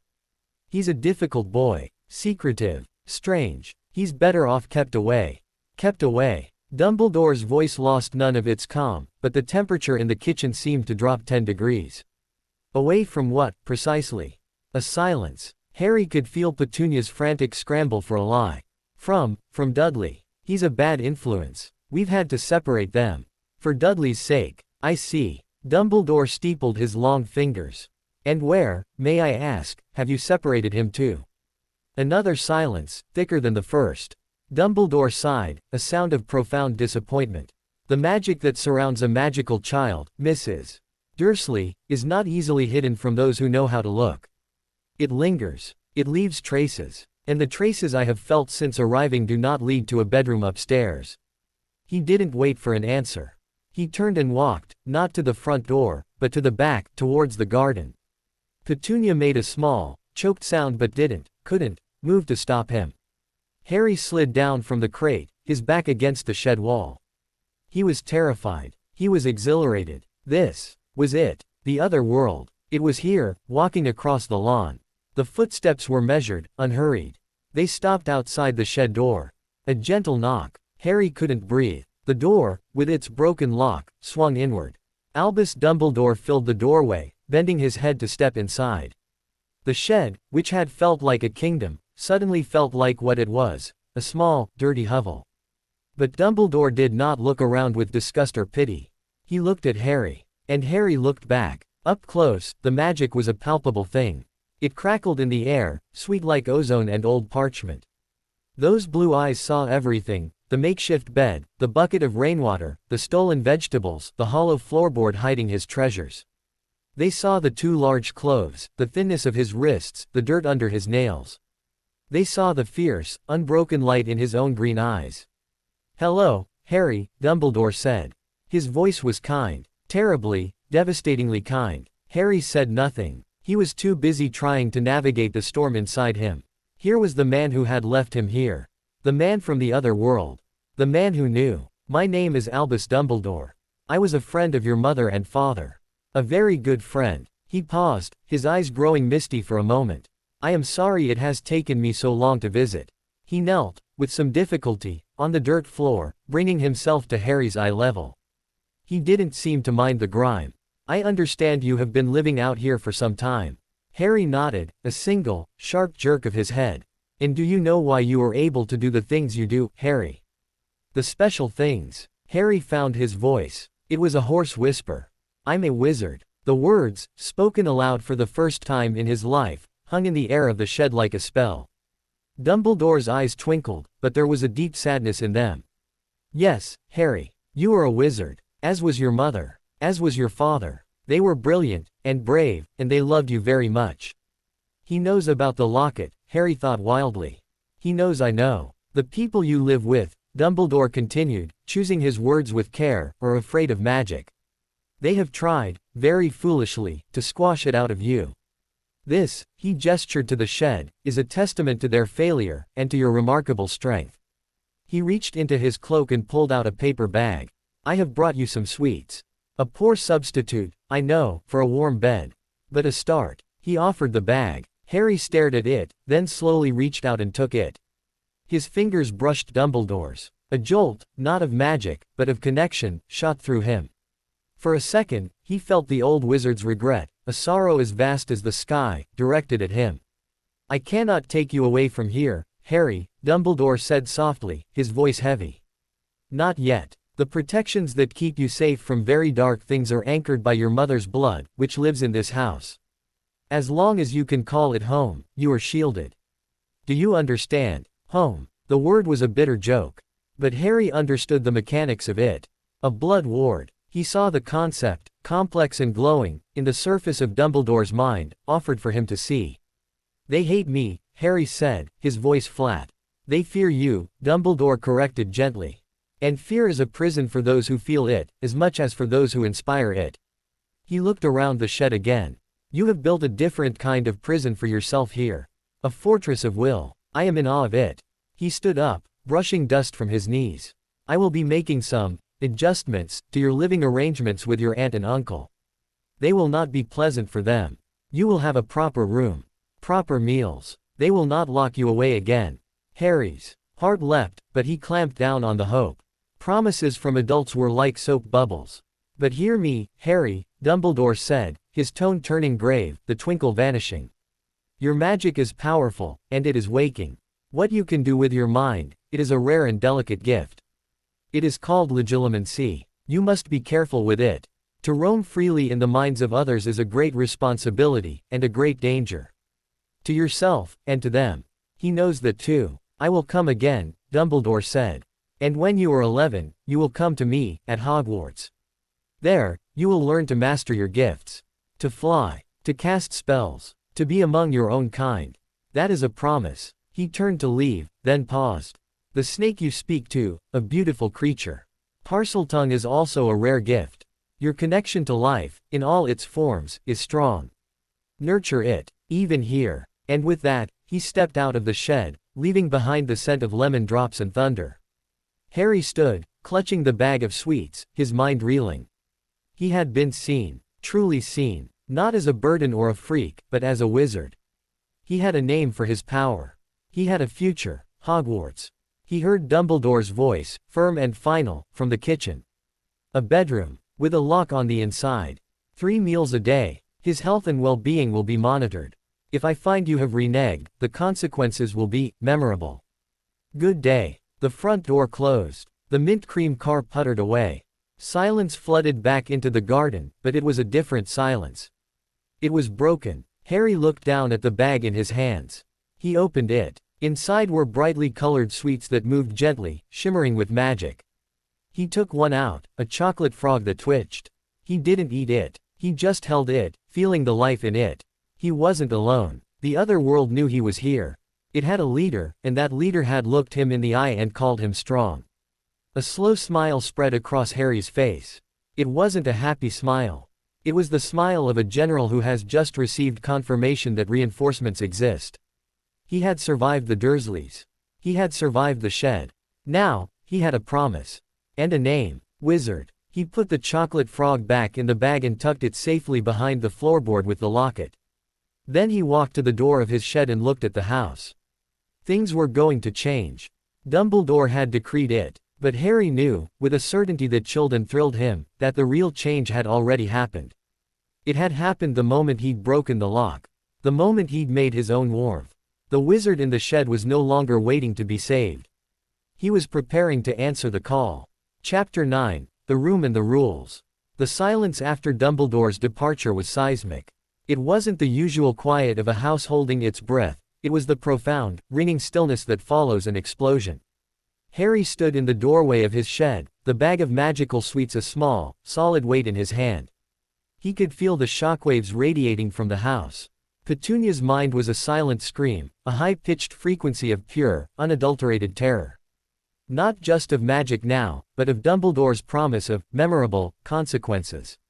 The image in her head was a chaotic collage, the walls of her perfect house peeling back like fruit skin, her neighbors pointing and whispering, her precious normalcy unraveling into public freakishness. Vernon's mind was a darker, more volatile storm. Humiliation burned at the core of it, humiliation at being dictated to in his own home, by that man. The fantasy of violence was vivid, grabbing the old crackpot by his beard, throwing him out on the street. But overlying it was a new, chilling layer of cold, pragmatic fear. Dumbledore hadn't threatened with fists or laws. He'd threatened with the unknown. And Vernon Dursley, for all his bluster, was a man who feared what he could not understand more than anything in the world. Dudley just felt cheated. The focus was off him. His confusion was a sulky, simmering thing. Harry waited. He didn't go to the house. He let them stew in the aftermath. He ate one of the lemon drops from Dumbledore's bag. It burst on his tongue, a flavor of sunshine and sharp, clear joy that made his eyes water. It was the taste of a promise. An hour passed. Then, the back door opened with a sharp crack. Petunia stood there, her face bone white, her hands clenched at her sides. She didn't look at the shed. She looked at a point somewhere to the left of it.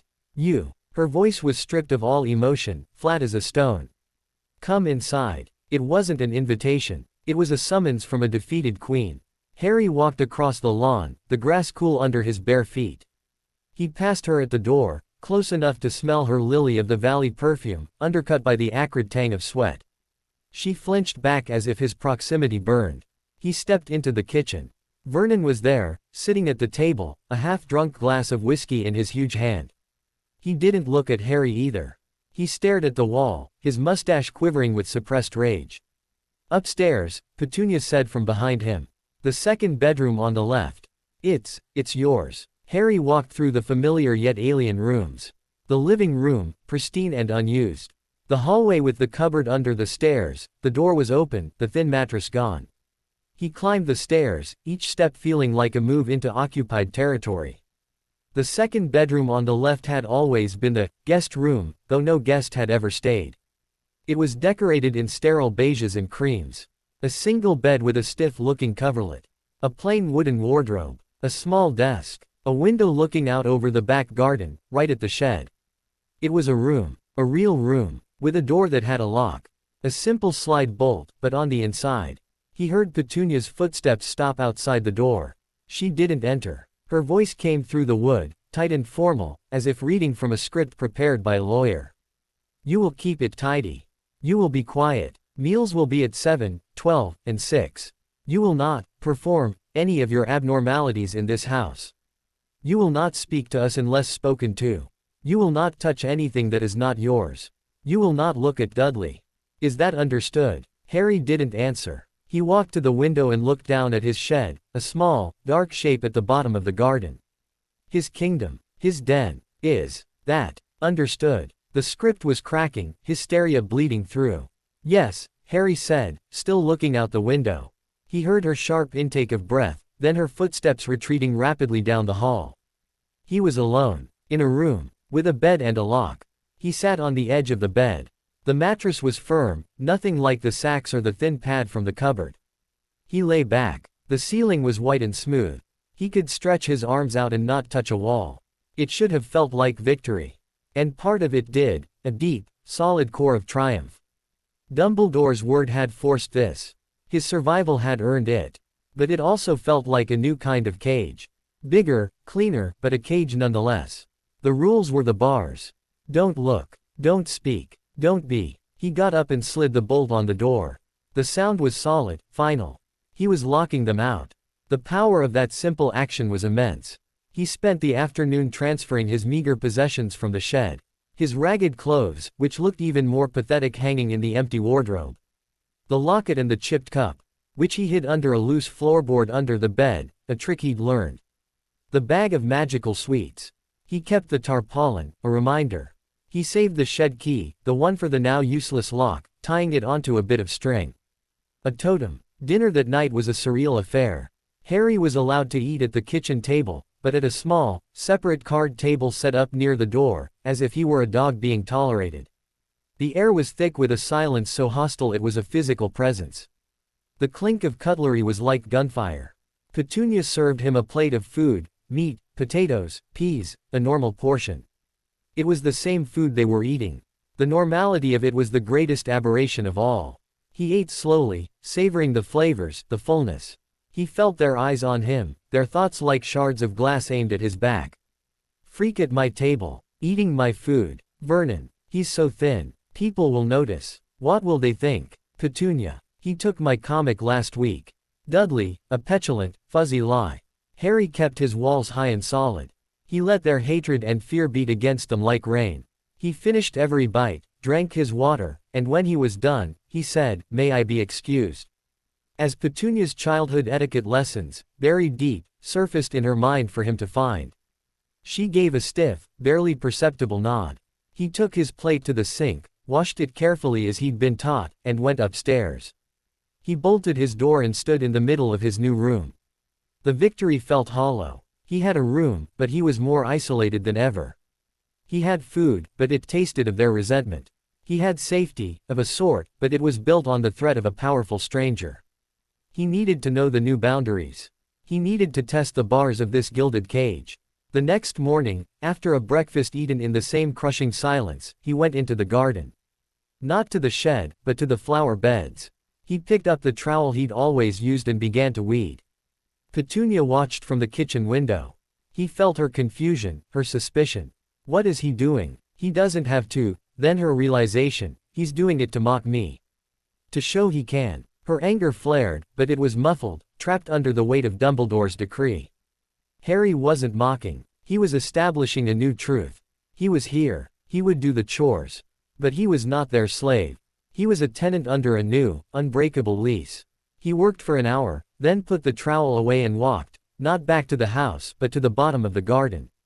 To Copper's rock. "You have a new burrow in the tall nest," Copper observed, slithering out. "It smells of fear and painted wood." "It's a different kind of trap," Harry replied, sitting on the grass. "The old wizard came. He made them give it to me. The one with the power of the storm and the stars in his pockets. He passed by. The earth noticed. He says I have to stay. Because of a blood ward. Magic." Copper tasted the air. "Magic is a river. It flows where it will. Your river is now forced into a new channel. It will find its way." Harry told Copper about the room, the rules, the silence. The snake listened, its mind a calm, sun-dappled pool. "They have given you space to grow, Speaker. Roots need space. Use it. Use it." The words echoed Dumbledore's. Nurture it. That night, locked in his room, Harry tried something new. He didn't practice warmth, or moving objects. He sat on the floor and tried to listen beyond the house. He let his mind float, a feather on a breeze, out the window. Past the garden, over the fences. He touched the dreaming minds of cats, the simple consciousness of an old oak tree in the park, the faint, sleepy thoughts of neighbors in their beds, worries about bills, dreams of holidays, the peaceful void of deep sleep. He went further, stretching his new sense until it felt thin and taut. He was looking for a specific frequency, the one Dumbledore had left behind, that complex, powerful hum of controlled magic. He didn't find it. It was gone, too distant. But he found something else. Faint, like a radio signal from another country, but unmistakable. Clusters of magical thought. Different from Muggle minds, brighter, sharper, layered with strange knowledge and a background hum of power. One cluster felt busy, commercial, Diagon Alley, his mind supplied, pulling the name from some deep well. Another felt vast, ancient, and protected, Hogwarts. And others, scattered, some light, some tinged with a greasy darkness. The wizarding world. It was out there. A tapestry of minds he could almost hear. It was overwhelming. He pulled back, snapping into his own body with a gasp. His nose was bleeding, a thin trickle of warmth. The headache was immediate, a band of iron around his skull. He'd pushed too far, too fast. But he'd done it. He'd seen the map. The next test was Vernon. A week after the visit, Vernon came home in a particularly foul mood.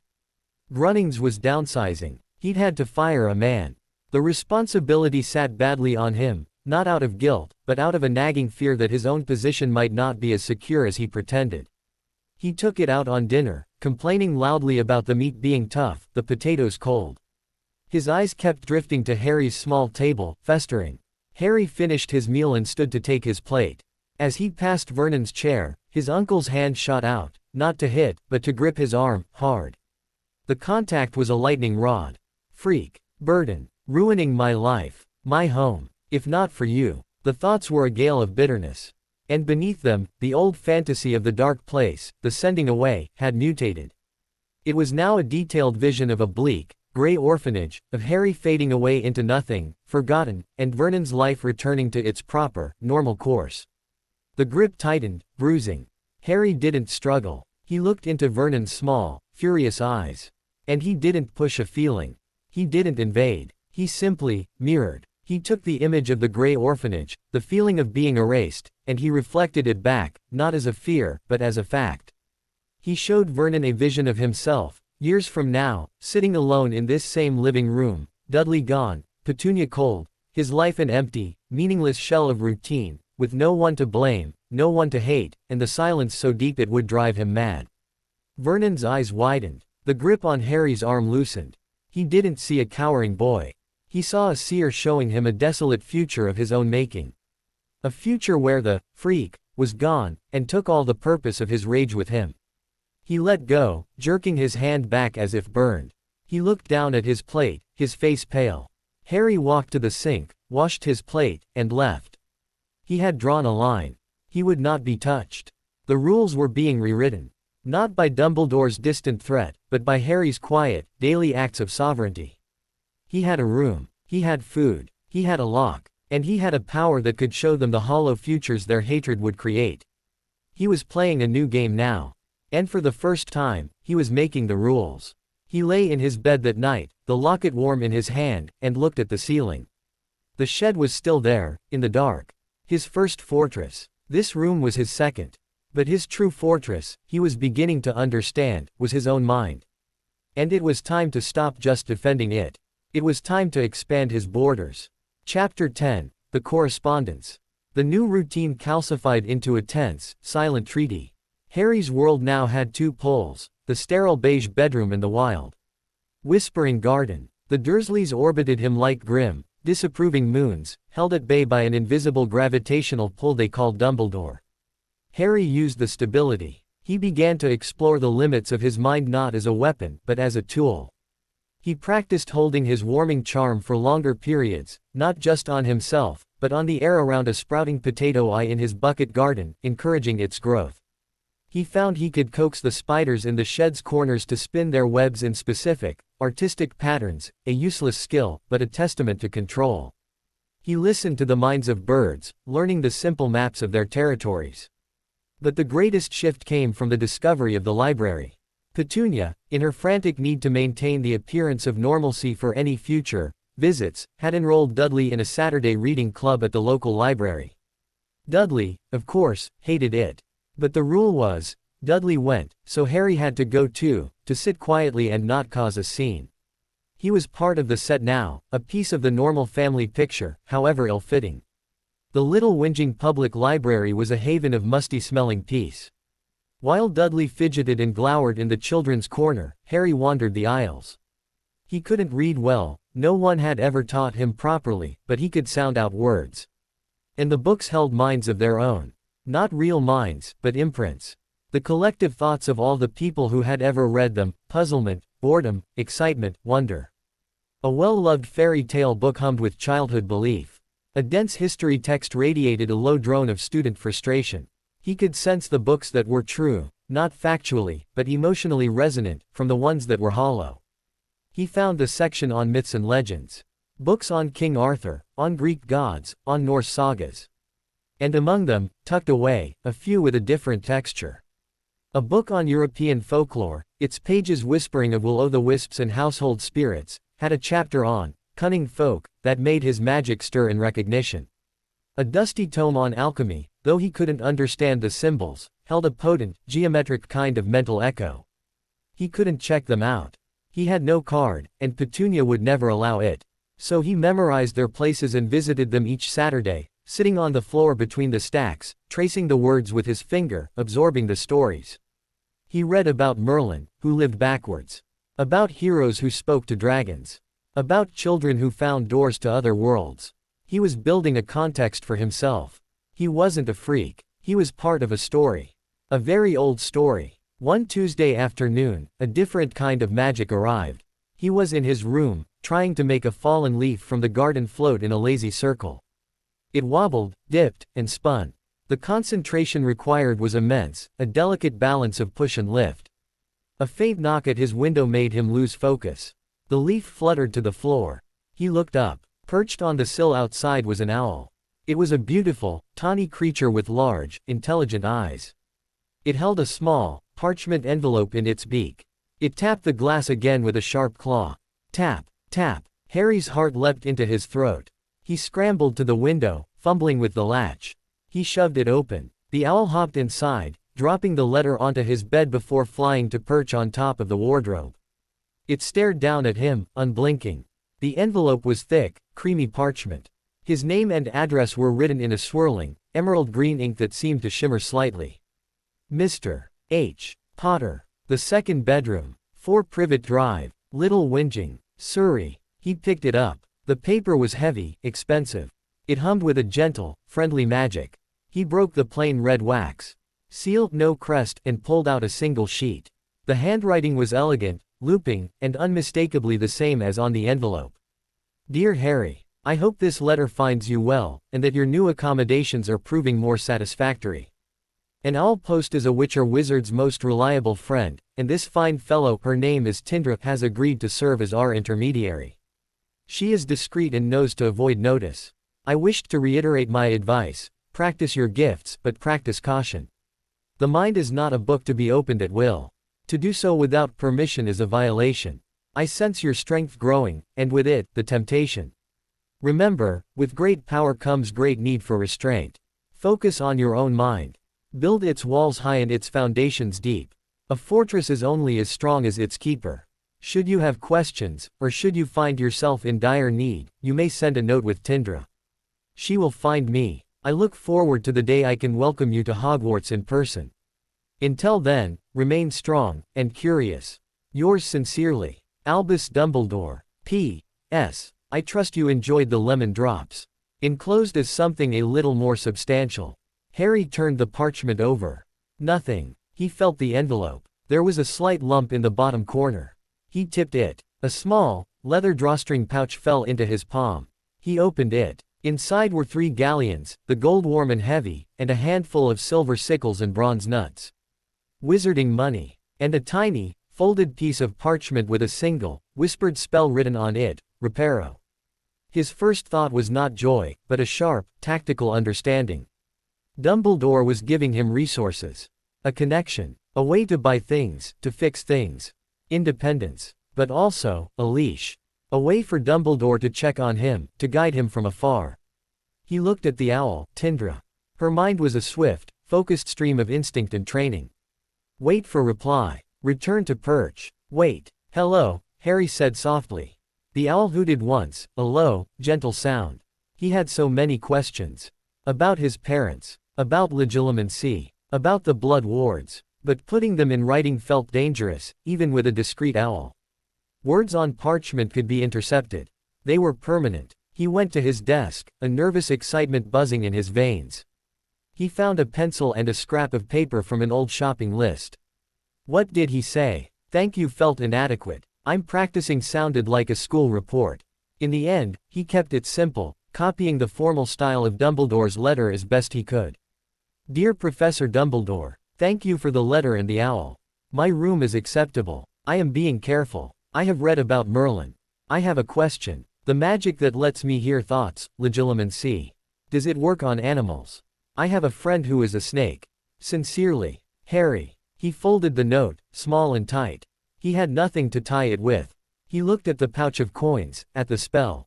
Reparo. A fixing charm. He thought of the chipped cup in his hidey hole. Could he? Not now. Later. He used a bit of sticky tape from Dudley's discarded art projects to secure the note. Tindra extended a leg. He tied it as best he could, his fingers clumsy. Take this to him, please, he whispered. The owl bobbed its head, launched itself from the wardrobe, and was out the window in a silent rush of wings, disappearing into the late afternoon sky. Harry stood at the window, the empty envelope in his hand, the weight of gold in his pocket.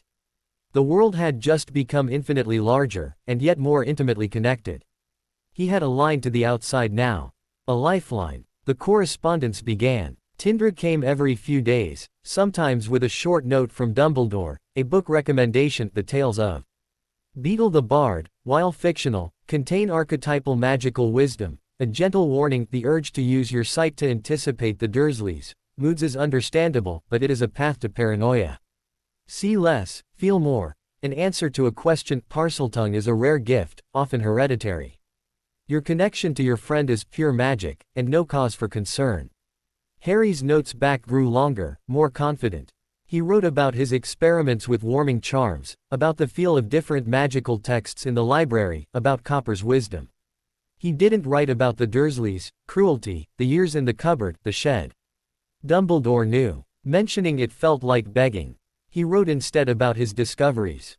He was building a persona for the headmaster, Harry the student, not Harry the victim. One note from Dumbledore contained another spell, Lumos. A simple light charm. Harry practiced for a week in the secrecy of his locked room, focusing on the tip of his finger. At first, nothing. Then a spark, a fizzle. Then, one night, a steady, cool white light bloomed from his index finger, illuminating the pages of a stolen library book on European magical sites. The triumph was so profound he had to bite his lip to keep from shouting. He was doing magic. Real, wandless, intentional magic. The Dursleys, of course, noticed nothing. Their ignorance was a blanket that smothered all evidence. They saw a quiet, too thin boy who kept to his room. They didn't see the owl arriving at twilight. They didn't feel the hum of magical practice behind the locked door. Their fear had turned inward, festering into a kind of willful blindness. The less they acknowledged him, the less real his abnormality became. But the correspondence was changing Harry in subtle ways. He had a secret identity. He was a wizard in training, an apprentice to the greatest wizard of the age. It gave him a patience he hadn't possessed before. Their petty cruelties, a withheld dessert, a snide comment about his clothes, were like pebbles thrown at a castle wall. They meant nothing. He used the money Dumbledore sent to buy small things on rare trips to the shops with Petunia. A pocket knife from a hardware stall. A small, blank notebook and better pencils.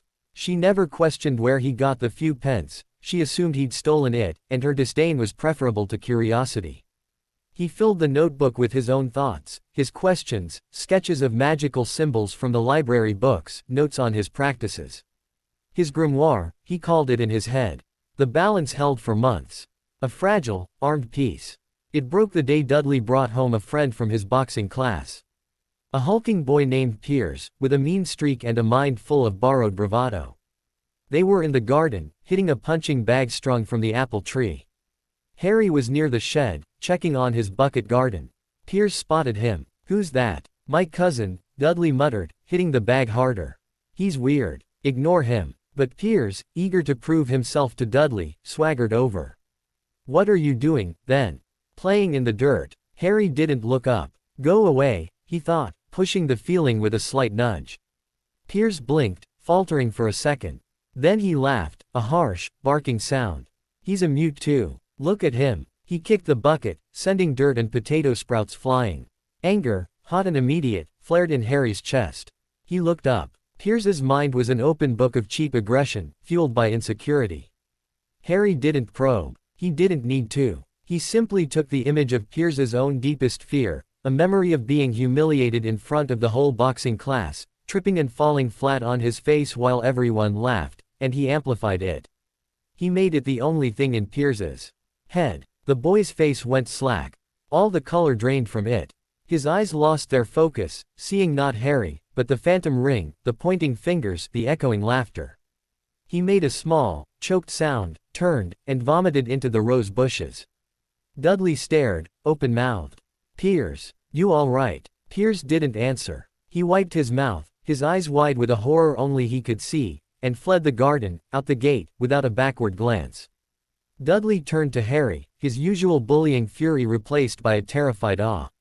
"What did you do?" he whispered. Harry looked at him, his green eyes flat. "Nothing," he said. "He must be sick." He turned and walked back to the house, leaving Dudley alone with the swinging punching bag and the terrible, unspoken knowledge. That evening, Tindra arrived with a new letter. Dumbledore's tone was uncharacteristically stern. "Harry, magic used in anger, especially our kind of magic, leaves a mark. It marks the caster and the target. What you did today was a form of psychic violence. It was beyond a nudge. You invaded a mind and planted a terror. This is the path of the dark arts, Harry. It begins with justifications, he deserved it, he started it. It ends with a soul in tatters. You must learn to defend yourself without becoming the monster you fear. This is your greatest challenge. More than any spell, this is the magic you must master, the magic of mercy, even for those who show you none. I urge you to reflect. And to practice the shield charm I sent last week. Protect your mind, Harry. Do not attack others. In disappointment, and in hope. Albus Dumbledore." Harry read the letter twice, a cold shame washing over him. Dumbledore knew. He always knew. He'd seen the event, or sensed its psychic aftermath, from miles away. The headmaster was right. It had felt good, powerful, righteous. That was the most frightening part. He hadn't just defended himself. He'd enjoyed it. He looked at his hands, small and thin. Tools for warming, for growing, for light. And now, for terror. He put the letter in his grimoire, a permanent mark of his own failure. The correspondence was no longer just about learning magic. It was about learning a harder magic, how to be a good man in a world that had shown him very little goodness. He had a teacher, a guide, a lifeline. And his first lesson in the dark arts had been a warning from the light. He locked his door, sat on the floor, and began to practice the shield charm. Not to keep others out. To keep the darkness in. Chapter 11, The Birthday. The shame from Dumbledore's letter was a cold stone in Harry's stomach for days. He practiced the shield charm with a grim, relentless focus, not just as a magical exercise, but as a meditation. He visualized the shield not as a wall to block attacks, but as a clear, calm lake surface, letting the ugly ripples of the Dursleys' thoughts pass over it without disturbing the depths below. He practiced on Petunia's nervous fussing, on Vernon's grumbling, on Dudley's sullen stares. He let their noise become background static. But the stone of shame didn't vanish. It was joined by a harder, colder understanding. Power was seductive. And he was dangerous. He needed an anchor. Something beyond rules and warnings. July arrived, wet and green. The garden thrived under Petunia's manic care and Harry's secret, nurturing magic. His bucket garden was producing actual, tiny potatoes. He'd used the Reparo charm on the chipped cup, watching in breathless wonder as the porcelain seam knitted itself back together, leaving only a faint, hairline scar. It felt like healing a wound.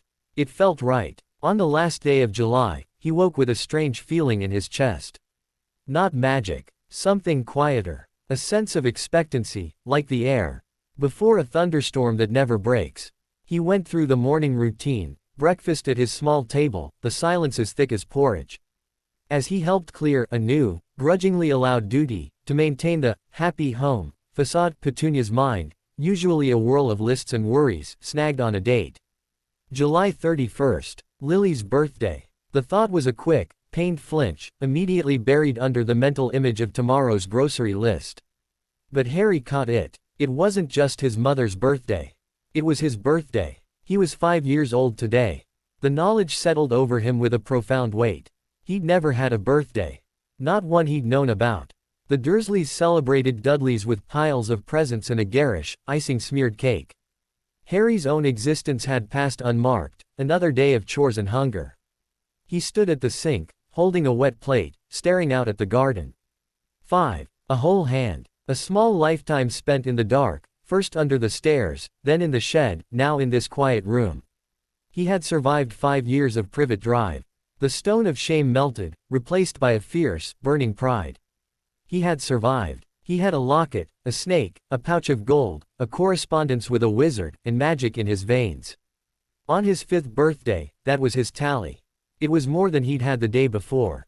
He wouldn't tell them. He wouldn't give them the power to ignore it, to cheapen it.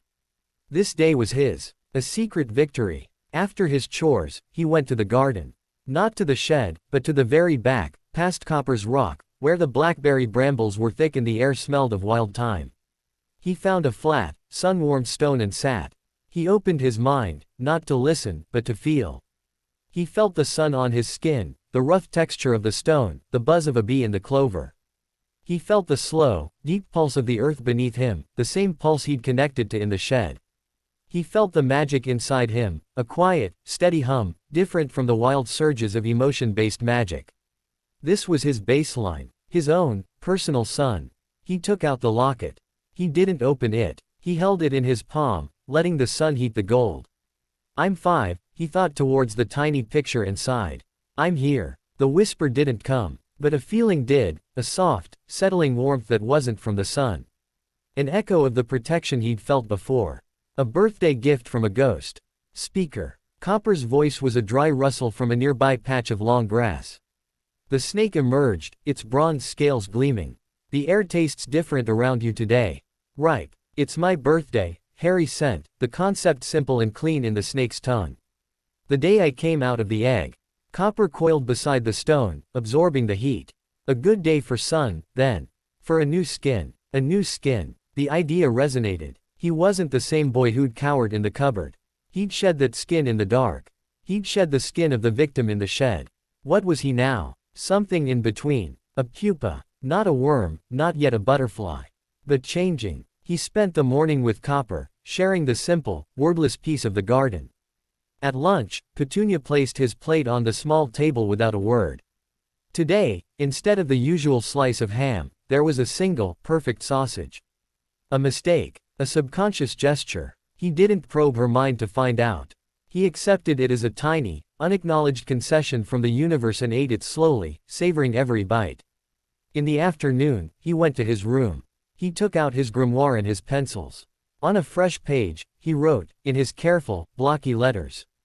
July 31st, I am 5. Below it, he drew a small, round cake with 5 squiggly candles. He drew a locket next to it. He drew a stick figure snake.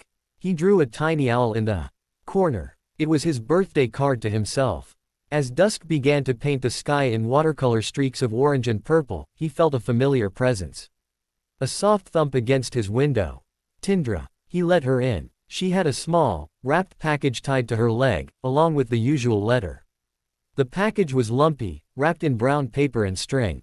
The letter was short. Dear Harry, happy birthday. 5 years is a milestone for any wizard, and for you, it is a testament to remarkable resilience. Do not dwell on the years behind, but look to the path ahead. The enclosed is a tradition for young witches and wizards in my world. Use it wisely. With best wishes. Albus Dumbledore. Harry's hands trembled as he untied the package. The brown paper fell away to reveal a small, wooden box. He lifted the lid. Inside, nestled in velvet, was a wand. Not a full-sized wand, but a practice wand, about 8 inches long, made of a pale, smooth wood, willow, his mind whispered. The handle was lightly carved for a small grip. It was unadorned, simple, and beautiful. It hummed in his hand, a vibration that traveled up his arm and settled in his chest, harmonizing with his own magic. It felt like shaking hands with an old friend he'd never met. Beneath the wand was a small, leather-bound book. Magical Theory for the Young Practitioner, by Bathilda Bagshot. And beneath that, a tin of treacle fudge. He just stared for a long moment, his throat tight. A wand. A real wand. A key to the world he belonged to. He picked it up. It was light, perfectly balanced. He gave an experimental wave. Nothing happened. Of course not. Wands needed intent, focus, a spoken word. He wasn't ready. But it was his. He put the wand back in its box with reverence. He opened the book. The pages were filled with moving illustrations of basic principles, the flow of magical energy, the importance of intent, the dangers of backfiring charms. It was a primer. A start. He took a piece of treacle fudge. It was rich, sweet, and chewy, with a deep, toffee-like flavor that exploded on his tongue. It tasted like joy. He wrote a thank you note to Dumbledore, his words overflowing with a gratitude he couldn't fully express. He tied it to Tinder's leg, his fingers fumbling in his excitement. After the owl left, he sat on his bed in the gathering dark, the wand box on his lap. He was 5. He had a wand. The world had shifted on its axis. A knock at his bedroom door startled him. Not the soft owl tap. A hard, human rap. "Boy." Downstairs. Vernon's voice, gruff and unpleasant. Warily, Harry hid the wand box and book under his bed and slid the bolt open. Vernon stood there, his face unreadable. "Come on." Puzzled, Harry followed him down to the living room. The television was off. Petunia sat stiffly on the edge of the sofa, her hands clasped in her lap. Dudley was slouched in an armchair, looking bored. On the coffee table sat a single, small package wrapped in cheap, cartoon-covered paper. A tag read, in Petunia's spiky handwriting, to Harry. He stared at it, his mind blank. This was a trick, a cruel joke. "Well," Vernon said, clearing his throat. "It's your day." Apparently. Petunia wouldn't meet his eyes. Her mind was a storm of conflicted impulses. Dumbledore's orders must be seen to provide minimal effort, not a celebration, a requirement. Dudley's thoughts were a grumble. Why does he get presents? This wasn't for him. This was for Dumbledore. A box to tick. The thought should have hurt. But holding the phantom feel of his real wand in his mind, this pathetic offering seemed almost funny. He walked forward and picked up the package. It was light. He tore the paper. Inside was a pair of socks. Gray, thick, practical socks. The kind bought in a multipack. One size fits all. He looked at them, then at Petunia, then at Vernon. The silence stretched. "Thank you," he said, his voice perfectly flat. Petunia gave a tight nod. "You're welcome." The words tasted like ash in her mouth. "Right," Vernon boomed, the awkwardness too much for him. "That's that. Dudley, time for your program." The spell, such as it was, broken. The Dursleys retreated into their normal evening ritual, the bizarre, mandatory gift-giving already being erased from their minds. Harry took the socks and went back to his room. He didn't feel anger. He felt a profound, clarifying pity. Their world was so small. Their gestures so hollow. He placed the socks in the bottom of his wardrobe. A symbol. Then he took out his wand again. He didn't try to cast. He just held it, feeling its potential, its promise. He was 5. He had a wand. He had a snake. He had a headmaster who believed in him. He had survived their cupboard, their shed, their indifference. He walked to the window, looking out at the stars just beginning to pierce the twilight. Somewhere out there was a castle called Hogwarts. A place where he would learn to fly. He was Harry Potter. He was a wizard. And his story, he knew with a bone-deep certainty as he stood there in the dark, his birthday secret held close, was only just beginning. The Dursleys could keep their socks. He had a wand. And he had a future they could never, ever touch. Chapter 12. The Breaking Point. The wand changed everything. Not because Harry could suddenly perform complex magic. The little willow wand was a focus, not a cheat code. It made the small magics easier, more precise. The Lumos charm became a bright, steady beam he could direct. Warming a cup of water required a flick and a thought, not minutes of concentration. But the real change was internal. The wand was a badge. A totem. It made the magic real in a way feelings and whispers and accidental telekinesis never had. He was no longer a boy with strange powers. He was a wizard with a wand. He practiced in secret, late at night, the Silencio charm Dumbledore had sent for quiet practice humming around his room. He made his pencil float in intricate patterns. He repaired a crack in his window sill. He practiced the shield charm until he could hold a shimmering, barely visible disk of energy in front of him for a full minute. The Dursleys, in their self-absorption, noticed only that he seemed even quieter, more self-contained. A part of Harry had withdrawn from them permanently, retreated to a country they could never visit. The breaking point, when it came, was not about magic. It was about memory. It was a Sunday. A gray, drizzling Sunday that trapped them all inside. Vernon was in a foul mood, a business deal souring. Petunia was aggressively polishing silver, the scritch-scritch of the cloth a nerve-shredding soundtrack. Dudley was stomping around, bored and destructive, his mind a tantrum looking for a target. Harry was in the living room, tasked with dusting the bookshelves, a pointless job, as Petunia had already done them, but busywork kept him out of sight. He was focusing on the grain of the wood, trying to ignore the oppressive atmosphere, when Dudley's stomping veered too close and knocked a small, framed photograph from the end table. It hit the carpet with a dull thud.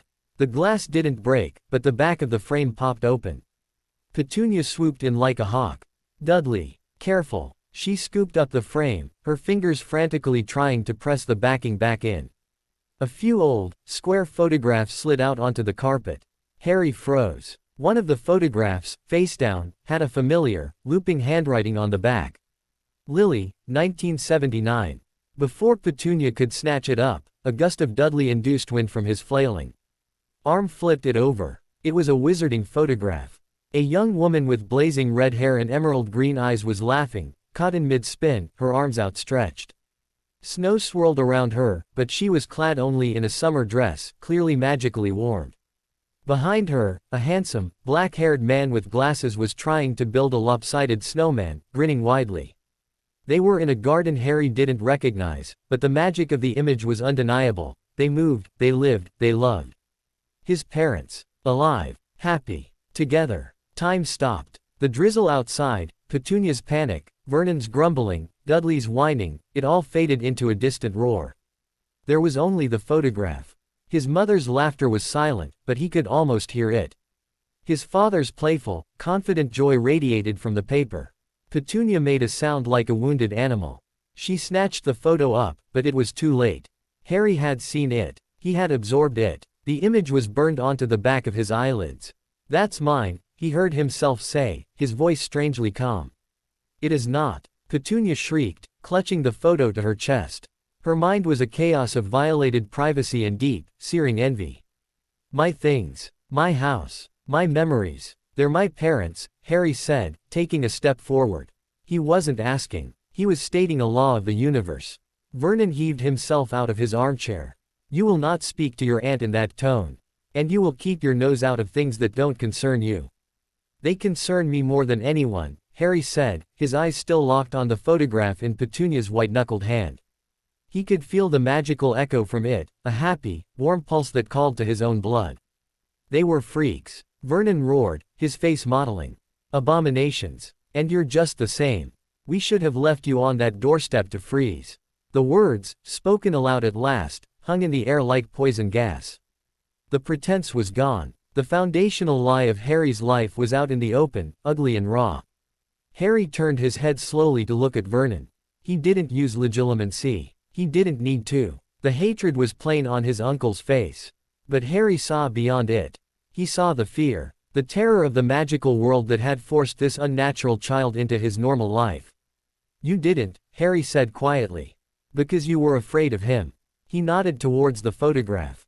"Of what they were. Of what I am." Petunia was crying now, tears of rage and frustration streaking her face. "You have no right. You have no right to her. She left. She chose them over her own family. She got herself killed and left you with me."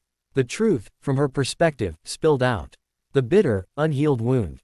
Harry looked at her, this thin, pinched woman who had once been a girl jealous of her sister's magic. He saw the whole sad, twisted story in her mind, not as secrets to be uncovered but as a tragedy already written. She had loved Lily, in her own, complicated way. And she had hated her for being everything she was not. And now that hatred was all that was left, directed at the living reminder. "I don't want your memories," Harry said, his voice still low, but it cut through her sobs. "I want that photograph. It's mine." "No." She stumbled back, tearing the photograph in two, right through the middle, separating his laughing mother from his grinning father. The tearing sound was the loudest thing Harry had ever heard. It wasn't just paper. It was the sound of something final breaking. A silence, absolute and cold, fell over the room. Even Dudley had stopped fidgeting, sensing the tectonic shift. Harry looked at the two halves in Petunia's trembling hands.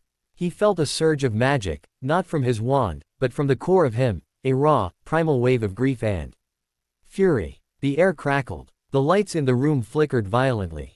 Petunia gasped, dropping the torn pieces as if they'd burned her. Harry didn't move to pick them up. He looked from the torn photo on the carpet to Petunia's horrified face, to Vernon's stunned, fearful expression. "You can tear up the paper," Harry said, and his voice now held a note that was not a child's. It was flat, cold, and carried the weight of the magic thickening the air. "But you can't tear them out of me. They're in my blood, in my magic, in my eyes. Every time you look at me, you see them. And you always will." He turned and walked out of the living room. He didn't run. He walked slowly, deliberately, up the stairs to his room. He closed the door. He did not bolt it. He stood in the center of the room, breathing heavily, the magic still swirling around him, making the air shimmer. He had never lost control like that. He had never felt so much. Downstairs, there was no shouting. There was a heavy, dreadful quiet. The breaking point had been reached, and they had all fallen over the cliff together. After a long time, he heard footsteps on the stairs. Not the heavy tramp of Vernon, nor the quick, sharp steps of Petunia. The hesitant, shuffling steps of Dudley. His cousin appeared in the doorway, his bulk filling it. He looked scared, but also strangely determined. In his pudgy hand, he held the two torn halves of the photograph. He didn't speak. He just held them out. Harry stared at him. Dudley's mind was a messy swirl, fear of Harry, fear of his parents' strange silence, a vague, guilty understanding that something very bad had been done, and a child's simplistic desire to make the scary, quiet anger go away. Harry took the pieces. "Thank you, Dudley," he said, the words rote, meaningless. Dudley nodded once, quickly, and fled. Alone again, Harry sat on his bed. He laid the two halves on his pillow. His parents, separated by a jagged tear. He placed his willow wand over the tear, parallel to it. He closed his eyes. He thought not of the spell reparo, but of the feeling of repair. Of wholeness. Of healing. He thought of the locket's warmth, of his mother's whispered love. He thought of his father's joyful grin. He gathered all the magic inside him, all the love he had for these two ghosts, and he channeled it through the wand, down into the paper. "Please," he whispered, not a spell, but a prayer. The wand glowed with a soft, gold-white light. The torn edges of the photograph shimmered, quivered, and then flowed together like liquid paper. The seam vanished. The image was whole again. Lily spun. James grinned. The magic of the photograph pulsed, strong and happy. But it was different now. A faint, hairline scar, like the one on the mended cup, was visible across the middle if you looked very closely. A permanent reminder of the break. A testament to the mend. Harry picked it up. He held it, whole, in his hands. He had won. He had reclaimed a piece of them. But the victory tasted of ashes and tears. The war was over. The fragile, hateful piece of Privet Drive was shattered beyond any magic's ability to repair. They knew what he was. He knew what they were. There was no going back to silence, to ignorance. He had his photograph. He had his wand. He had his truth. And outside his door, in the silent house, his family, the people who had raised him, knew they had lost him forever. Not to another home, or to a school, but to a world they could never touch, and to a power they had finally seen unmasked. The boy in the bedroom was no longer their problem, their burden, their shame. He was Harry Potter. And he was leaving them, one day at a time, long before he ever boarded a train. He looked at the photograph, at his parents' laughing faces, and made them a promise. "I'll find out who did it," he whispered to their moving images. "I'll learn everything. And I'll make them pay." It wasn't a child's vow. It was an oath, sealed with a tear that fell not on the photograph, but on his wand, the wood absorbing it like a promise written in salt water. The breaking point was behind him. The path ahead was clear, and it led away from Privet Drive, towards a future written in spells and stars. Chapter 13. The World in a Crack. The days after the breaking point were a study in negative space. The Dursleys didn't just ignore Harry, they erased him from their daily reality with a concentration so fierce it became its own kind of presence. Meals appeared on his small table like food delivered to a prisoner through a slot. If he entered a room, they found a reason to leave it. Conversations died before they were born. The house became a museum of things unsaid, a monument to their collective failure. Harry didn't mind. The silence was cleaner than the hatred. It gave him room to breathe, to think. The torn and mended photograph of his parents was now tucked into his grimoire, a sacred page.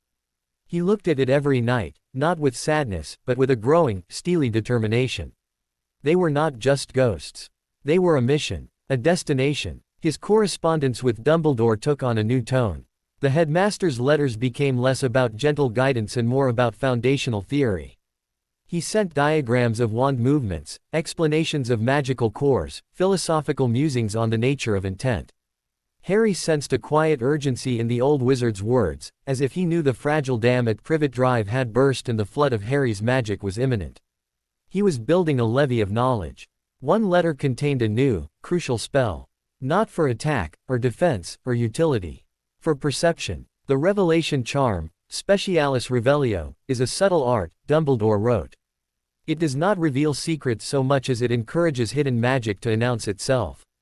It is a knock on a door only the magical can hear. Use it with discretion. The world is more layered than it appears. Harry practiced for a week. The wand movement was a gentle, spiraling tap. The incantation a whisper. The magic required was not force, but invitation. It was the opposite of Legilimens, which took. This asked. He started small. On his mended cup, he cast it. The cup glowed with a faint, blue-white light for a second, and a shimmering signature, like a ghostly fingerprint, hovered above it, his own magic, from the repair. On the locket, the glow was warmer, golden, and the signature was complex, layered, Lily's protective love, Petunia's bitter touch, and now, his own. Emboldened, he took the charm into the world. In the library, he whispered it over the folklore book. The pages shimmered, revealing faint, handwritten annotations in the margins in ink that shone silver, notes from a long ago which a wizard who had studied it. The alchemy book erupted with glowing, three-dimensional diagrams that hovered above the pages, explaining the symbols in a silent, dancing language of light. He was seeing the hidden text. The magical subtext of the mundane world. It was in the shed, his old kingdom, that he made the discovery that changed everything. He went there for nostalgia, for the smell of earth and independence. He cast Specialis Revelio almost absently, sweeping his willow wand in a slow arc. The shed lit up like a Christmas tree. Every surface crawled with layers of magical residue. His own warmth charm's signatures were there, pale and recent. But beneath them, older, fainter glows. Traces of accidental magic from years before, a spark of frustration that had once made a rusted hinge squeal less, a burst of lonely longing that had kept a spider's web intact through a storm. The history of his own power, written in invisible ink on the walls. And then, in the far corner, under the loose floorboard where he'd hidden his treasures, the magic pulsed differently. It was old, not ancient, but decades old. And it wasn't his. It was a deep, forest green glow, tangled with the earth itself. It felt like protection and secrecy. Heart thumping, he pulled up the floorboard. Just dirt. He cast the charm again, focusing on the spot. The green glow intensified, forming a shape, a small, perfect square, about the size of a book, buried about a foot down. He didn't have a spade. He pointed his wand at the earth, thinking of the first spell Dumbledore ever gave him, the one for fixing. Reparo was for making whole. But magic, he was learning, was about intent. He focused not on the dirt, but on the space the dirt occupied. He imagined the soil parting, gently, respectfully, making way. Reveal, he whispered, pouring his will through the wand. The compacted earth shuddered. It didn't explode or vanish. It flowed backward, like a film in reverse, peeling away in neat layers until a small, rotting wooden box was exposed. The green glow emanated from it. He lifted it out. The wood was soft with decay, the simple latch rusted shut. There was no lock. He opened it. Inside, wrapped in oilcloth that was still marginally intact, was a book. A thin, leather-bound journal. And next to it, a single, long, tawny feather, an owl's feather, but larger than any Tindra's. With trembling hands, he opened the journal. The pages were filled with the same, elegant, looping handwriting he knew from Dumbledore's letters. But younger, less assured. The ink was faded in places, but the words were clear. September 1, 1971. On the train. I can't believe it. I'm actually going. Petunia didn't even say goodbye properly. Just stared out her bedroom window. Mum cried. Dad looked bewildered. But I don't care. The witch with the trolley just came by, every flavor beans. Bought a box. The boy in my compartment, James, just turned his friend's hair bright blue for a laugh. It's amazing. Harry stopped breathing. He turned the page. October 31st, 1971. Hogwarts is everything and more. Gryffindor. James and Sirius are in my house too. They're insane. Brilliant, but insane. Charms is my favorite. Professor Flitwick says I have a delicate touch. Transfiguration is hard. McGonagall is terrifying. I miss home sometimes, but then I remember Toonie's face when my letter came, and the missing gets smaller. He devoured the entries. They were sporadic, a young girl's record of a wonderland. Quidditch matches, pranks pulled by James and his friend Sirius, struggling with potions, a growing, giddy crush on the very boy who turned hair blue. It was Lily Evans, his mother. At Hogwarts, he saw her homesickness, her fierce pride, her dawning love for magic and for a messy-haired boy. He saw her friendship with a sallow, quiet boy named Severus, and the slow, painful fracturing of it. He saw her grow. The last entry was dated June, 1975. Exams are over. 4 years gone. It feels like a blink. James asked me to Hogsmeade again. I said yes. Sirius laughed so hard he fell off the common room sofa. I think I might really like him. He's not just an arrogant toad anymore. He's kind. And he makes me laugh. Mum and Dad want to know if I'm bringing anyone home this summer. I haven't told them about James. Toonie will have a fit. But I don't care. This is my life. My magic. My choice. The journal ended there. She'd stopped writing, or the rest was lost. Harry sat in the dirt of the shed, the journal in his lap, the old magic of the hiding place settling around him like dust. He understood. This was Lily's secret place. Before Hogwarts, this shed, or an older version of it, must have been her retreat. She'd hidden her most precious thing here, her true self, in ink and paper, before leaving for the magical world. She'd charmed it to be safe, unseen. And the magic had lingered, waiting, for decades. Waiting for another magical child who needed a refuge. It had waited for him. He wasn't just a boy who'd been dumped here. He was a successor. He had lived in her sanctuary, fought his battles on the same ground where she'd dreamed hers. The connection was a physical cord, tying him to her across time.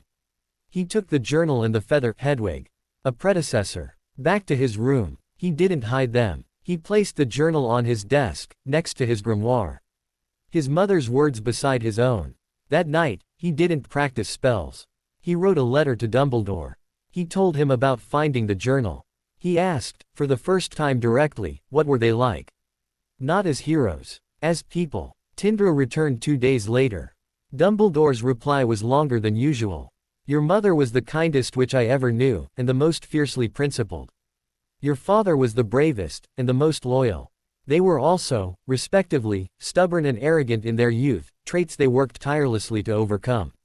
They loved deeply, laughed loudly, and fought for what was right with every fiber of their being. They were not perfect, Harry. They were gloriously, messily human. And they would be prouder of you than you can possibly imagine.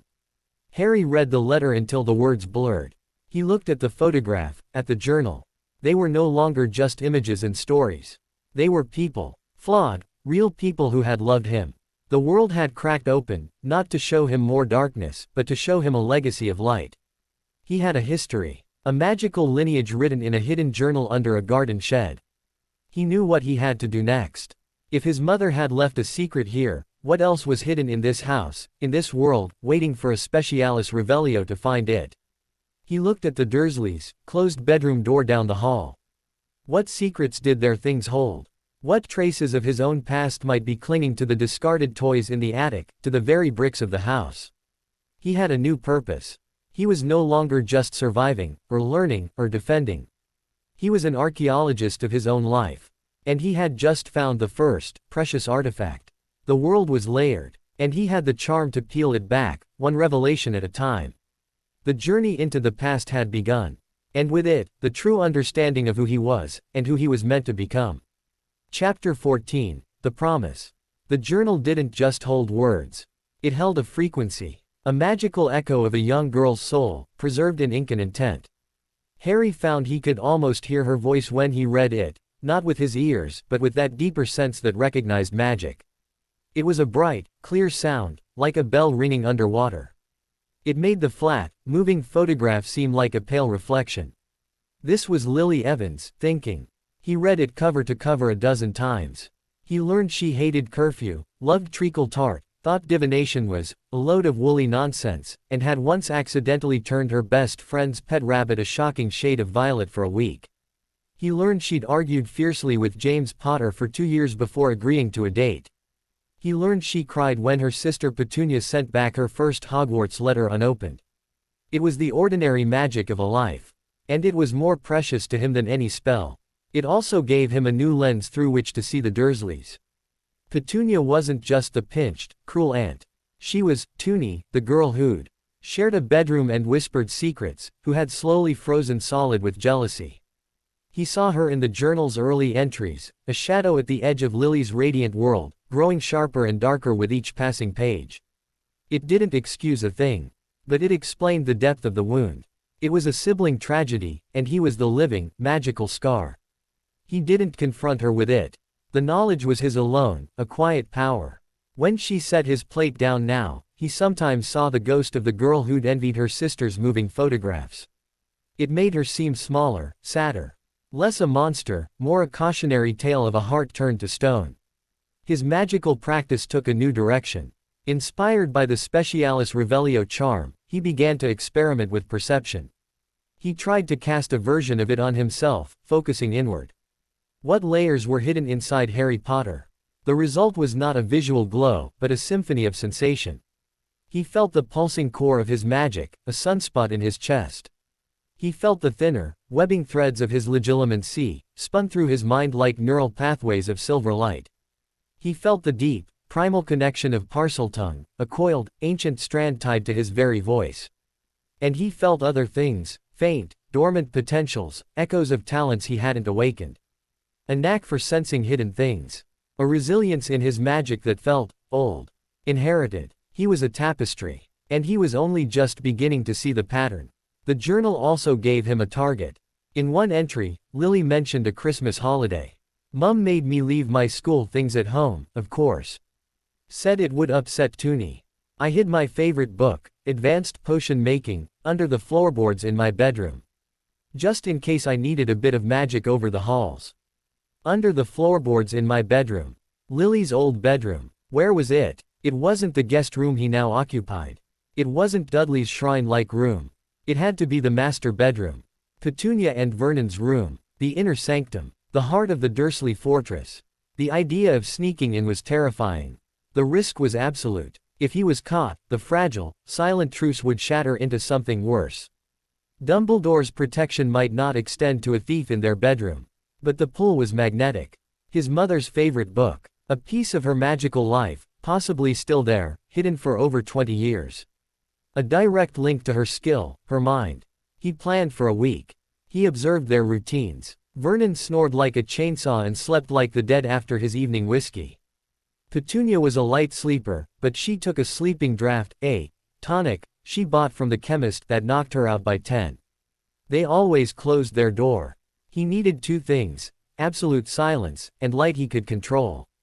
Silencio he could manage. Lumos was easy. But he needed the light contained, not a beacon. He practiced for hours, shaping the Lumos charm into a tight, focused beam that emanated only from the wand's very tip, a magical torch. He called it Lumos Point in his grimoire. The night he chose was moonless, cloudy.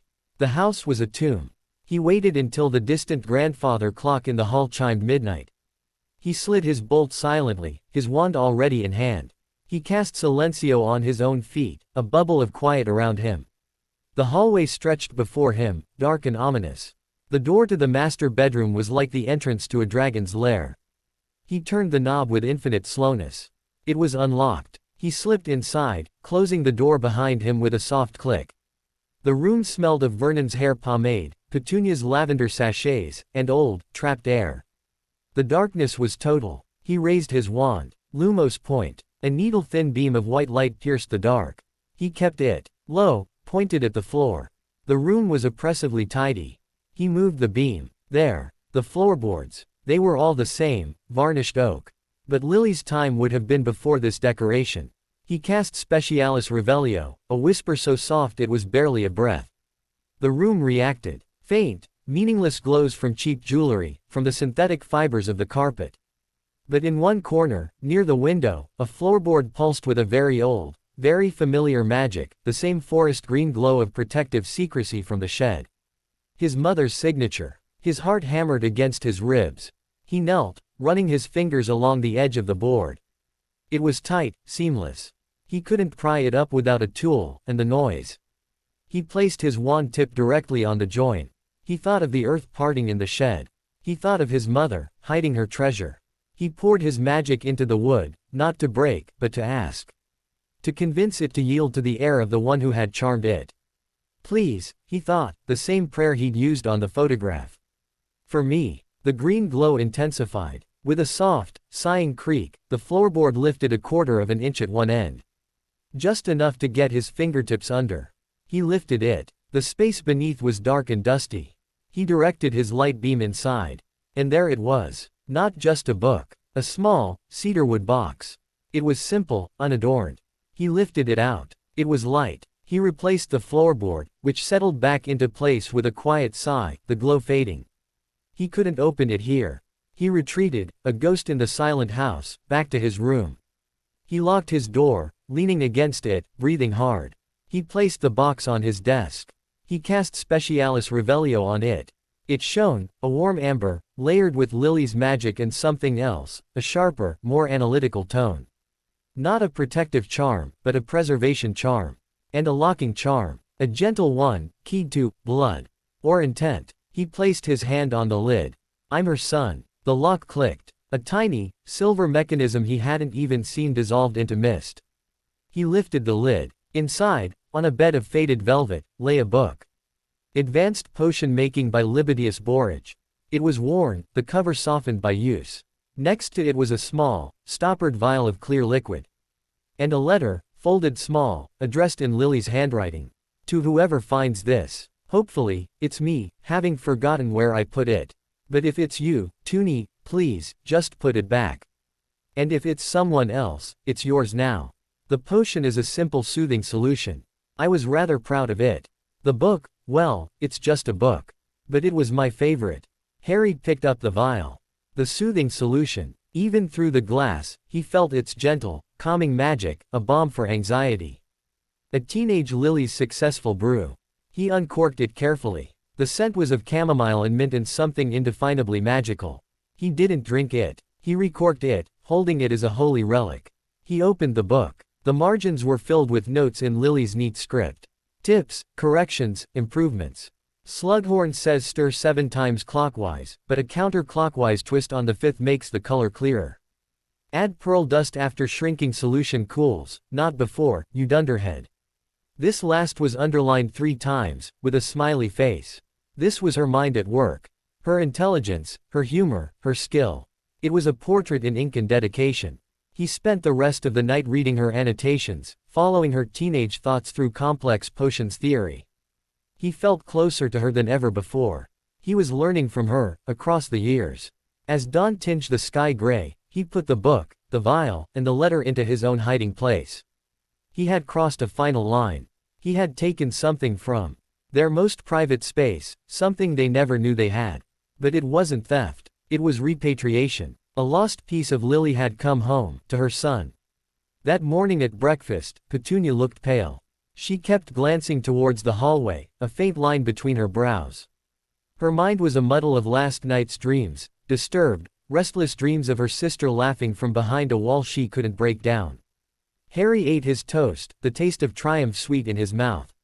He had her book. He had her potion. He had a piece of her soul they could never touch, never spoil.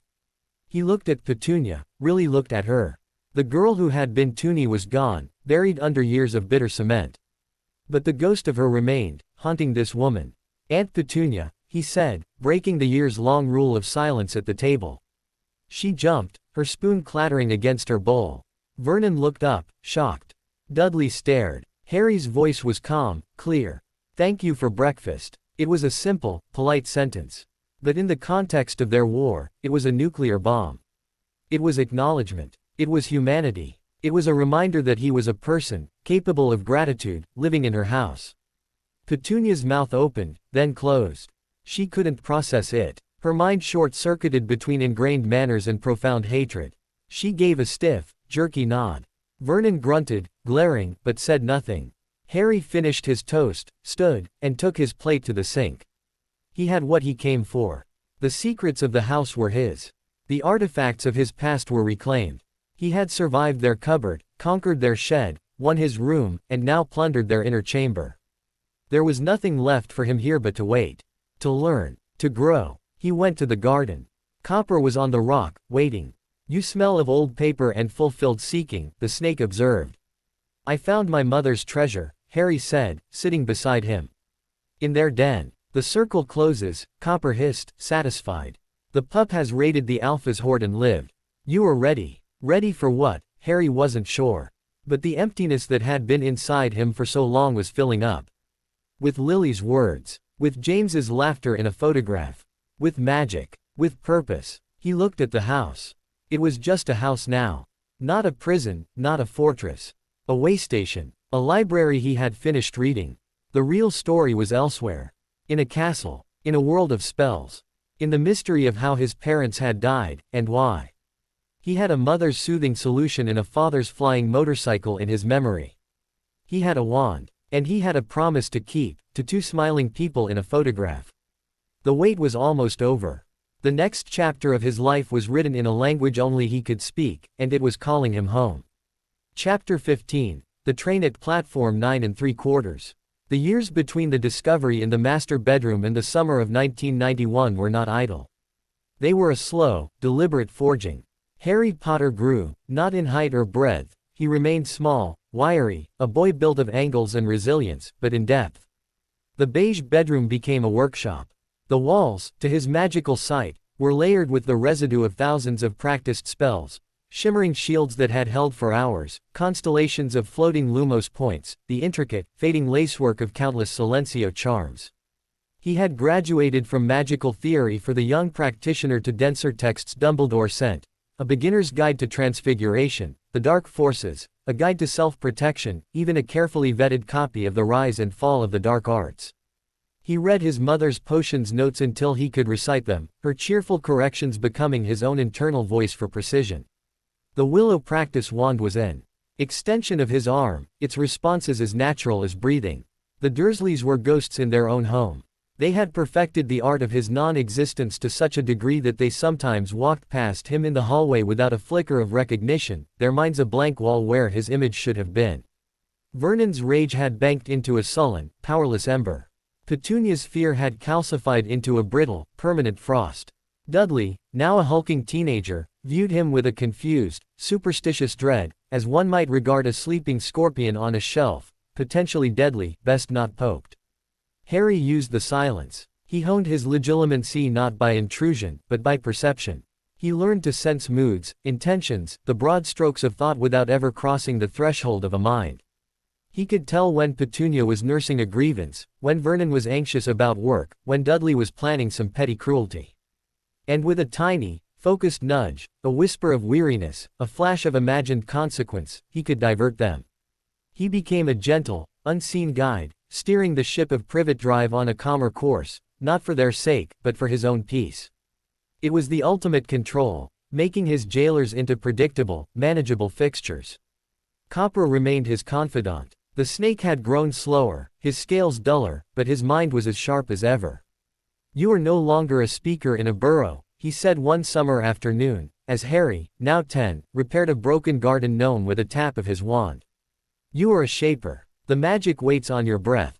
The only crack in the stillness was the annual, dreaded event, Dudley's birthday. This year, for his 11th, the Dursleys had planned a trip to the zoo. Harry, as part of the set dressing of a normal family, was to come along.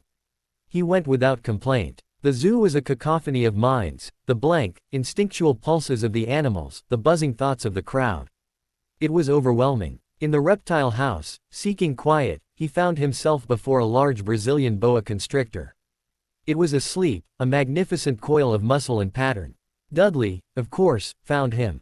He slammed his meaty hands against the glass. "Move. You're boring." The snake's eye opened. A slow, weary blink. Its mind was a flat line of profound, captive boredom. The sun, on stone, the taste of warm blood, all gone. Only cold glass and tapping. Without thinking, Harry hissed, his face close to the pane. They're rude. I'm sorry. They don't understand you. The boa's head lifted, shock vibrating through its long body. Speaker. Here, in this cold place. I'm a prisoner too. In a way. Dudley gawked, shoving Harry aside to peer at the snake. What are you doing, freak? Talking to it. The boa's gaze shifted to Dudley, its thoughts turning cold and assessing. The loud, fat one. He tastes of fear and grease. Harry felt a sudden, reckless surge of kinship. This glorious creature, caged for gawping. His mother's voice from the journal, it's about choice. He looked at the thick glass. He focused not on breaking it, but on the concept of absence. He imagined the glass where the snake's head was, simply not being there. A doorway. He pointed his wand, hidden in his sleeve, and poured a silent, focused thread of magic. The pane of glass in front of the boa vanished. Not shattered. Disappeared. The boa didn't hesitate. It flowed forward in a smooth, powerful motion, past the stunned Dudley, out into the reptile house. It paused, turning its great head back to Harry. Thank you, Speaker. The sun calls. With a speed that belied its size, it slid out an air vent and was gone. Chaos erupted. Keepers ran. Dudley, white-faced, stumbled back, wailing about the freak, making the glass disappear. Petunia was hysterical. Vernon, purple with rage and terror, bundled them all into the car. The punishment, when they got home, was swift and brutal. Vernon, past caring about Dumbledore's threats, locked Harry in his room. No meals. No garden. You stay there until you learn to act like a normal human being. Harry sat on his bed, listening to the lock turn. He wasn't scared. He was exhilarated. He'd freed the boa. He'd used his magic for something pure. The snake was in the sun. He simply pointed his wand at the lock and whispered, Alohomora. It clicked open. He had been quietly mastering unlocking charms for 2 years. He went downstairs, made himself a sandwich, and ate it in the silent kitchen, then returned to his room, relocking the door from the inside. They never knew. That summer, as July waned, a new tension entered the house. It prickled in Petunia's mind, a dread anniversary.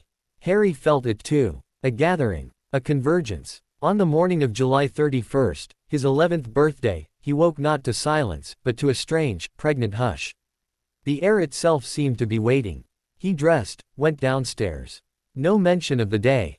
No gray socks this year. Just the usual plate of eggs. As he ate, the mail slot clattered. Petunia flinched as if shot. Vernon's newspaper rustled violently. 3 letters landed on the mat. 1 bill, 1 catalog, and 1, on thick parchment, addressed in emerald green ink. Mr. H. Potter. The smallest bedroom. 4 Privet Drive, Little Whinging, Surrey. Petunia made a choked sound. Vernon surged to his feet, snatching the letter before Harry could move. I'll handle this. He stormed into the kitchen. Harry heard the rasp of a match, smelled burning parchment. A grim satisfaction radiated from Vernon. It didn't matter. The next day, 12 letters arrived. They flooded the hall, slid under doors, fluttered down the chimney. The day after, 24, delivered by owls that pecked at the windows. Petunia boarded up the fireplace. Vernon nailed the mail slot shut. It was a siege, and they were losing. The crescendo came on the 4th day. The sky at dawn was dark with owls, a soft, feathery thunder. Letters exploded into the sealed house through every crack, like a paper blizzard. The Dursleys cowered in the kitchen, surrounded by a whirlwind of parchment. And then, at precisely 7 o'clock, the pounding started. Not on the door, on the walls. A fist like a sledgehammer. Boom, boom, boom. The entire house shook. A hinge popped. Plaster dust drifted from the ceiling. Vernon, holding a rifle he'd never used, charged into the hall, yanking the front door open. I'll have the law on. He stopped. The words died in his throat. Filling the doorway, blotting out the rising sun, was a giant. A man with a wild, tangled beard and black eyes that glittered like beetles in the shadow of his brow. He wore a massive moleskin coat. In one hand, he held a pink, crumpled umbrella. Couldn't make us a cup o' tea, could ye? He rumbled, his voice like boulders grinding together. It's not been an easy journey. He stepped inside, bending his head under the frame. He looked at the rifle in Vernon's trembling hands, and gently took it, tying its barrel into a perfect knot as if it were a licorice wand. He dropped it with a clunk. His eyes found Harry, who stood at the foot of the stairs, his heart hammering not with fear, but with a wild, soaring recognition. This was the giant from the memories. The one on the flying motorcycle.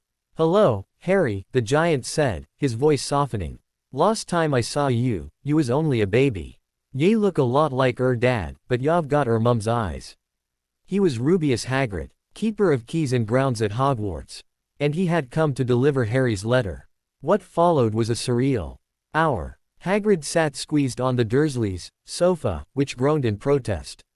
He produced a slightly squashed, iced birthday cake from his pockets, sorry about that, and with a tap of his umbrella, sparked a roaring fire in the boarded-up grate to brew tea.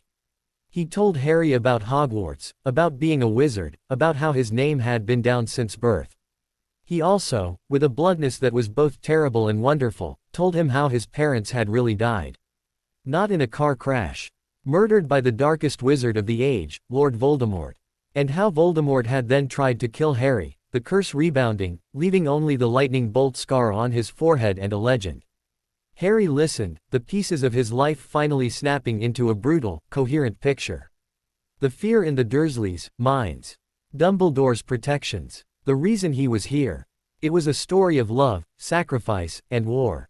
His inheritance. When Vernon, sputtering, declared that Harry wouldn't be going to any crackpot school, Hagrid lost his temper. He gave Dudley a pig's tail, a squirmy, curly pink thing, with an absent-minded flick of the umbrella. The resulting chaos was the final, glorious collapse of Dursley authority. Later, as a weeping Petunia tended to a hysterical Dudley and a catatonic Vernon stared into the fire, Hagrid took Harry upstairs. "Got some at fair yay?" from Dumbledore. From another seemingly bottomless pocket, he drew a long, narrow box of polished oak. Harry opened it. Inside, on a bed of purple velvet, lay a wand. 11 inches, holly, with a phoenix feather core. It hummed as his fingers closed around it, a surge of power so right, so complete, it brought tears to his eyes. A shower of red and gold sparks erupted from the tip, painting the ceiling of the beige bedroom. It felt like coming home. "Well, I'll be," Hagrid whispered, grinning through his beard. "That's the one, all right." The next month was a whirlwind. Hagrid took him to Diagon Alley, a street of wonders that made the magic in his books and bones sing. He got his robes, his cauldron, his books. He met other witches and wizards, who whispered and pointed, not in cruelty, but in awe. Harry Potter, he saw his face in the Daily Prophet. The boy who lived. Through it all, the Dursleys were like figures in a faded painting. They said nothing, did nothing. The fight had left them. On the morning of September 1st, they drove him to King's Cross Station in dead silence. Platform 9, Platform 10, and the brick wall between. Hagrid had explained. Run straight at the barrier between platforms 9 and 10. Best do it at a bit of a run if you're nervous. Harry wasn't nervous. He was ready. He pushed his trolley, laden with his trunk and Hedwig's cage, a beautiful snowy owl, his birthday present from Hagrid, towards the solid wall. He thought of the shed door opening, of the glass vanishing, of his mother's journal, of Dumbledore's letters, of his holly wand humming in his pocket. He thought of the castle waiting. He took a deep breath, and ran. The wall rushed towards him, a tsunami of brick. He didn't close his eyes. And then he was through. The sound changed, a roar of steam and 100 chattering voices. A scarlet steam engine, the Hogwarts Express, puffed majestically beside a platform packed with witches, wizards, and students. The air smelled of coal smoke and magical sweets and possibility. He had arrived. He boarded the train, found an empty compartment. He stowed his trunk, let Hedwig out to fly to the castle, and sat by the window. As the train gave a great whistle and began to pull out of the station, he saw them, just for a second, back on the Muggle platform. The Dursleys. All three. Standing together, not moving. Vernon's face was unreadable. Petunia's was pale, her hand half raised, not in a wave, but as if to grasp something that was already gone. Dudley just looked confused. They were ghosts now. Figures from a previous life, already fading. Harry did not wave back. He looked at them for a final, quiet moment. They were his past. A dark, cramped, painful prologue. Then the train rounded a bend, and they vanished. He leaned back in his seat. The countryside began to flash by, green and gold. In his pocket, his wand was warm. Around his neck, under his shirt, the gold locket rested against his heart. In his trunk, his mother's potions book and journal were safely packed. He was Harry James Potter, son of Lily and James. A wizard, a Legilimens, a Parselmouth. The boy who lived. He had survived the cupboard, the shed, the Dursleys, and their secrets. Now, his real life was beginning. And as the Hogwarts Express carried him towards his future, towards magic, towards friends, towards battles and love and loss and triumph, the boy who saw everything allowed himself a small, quiet smile. He was going home. The end.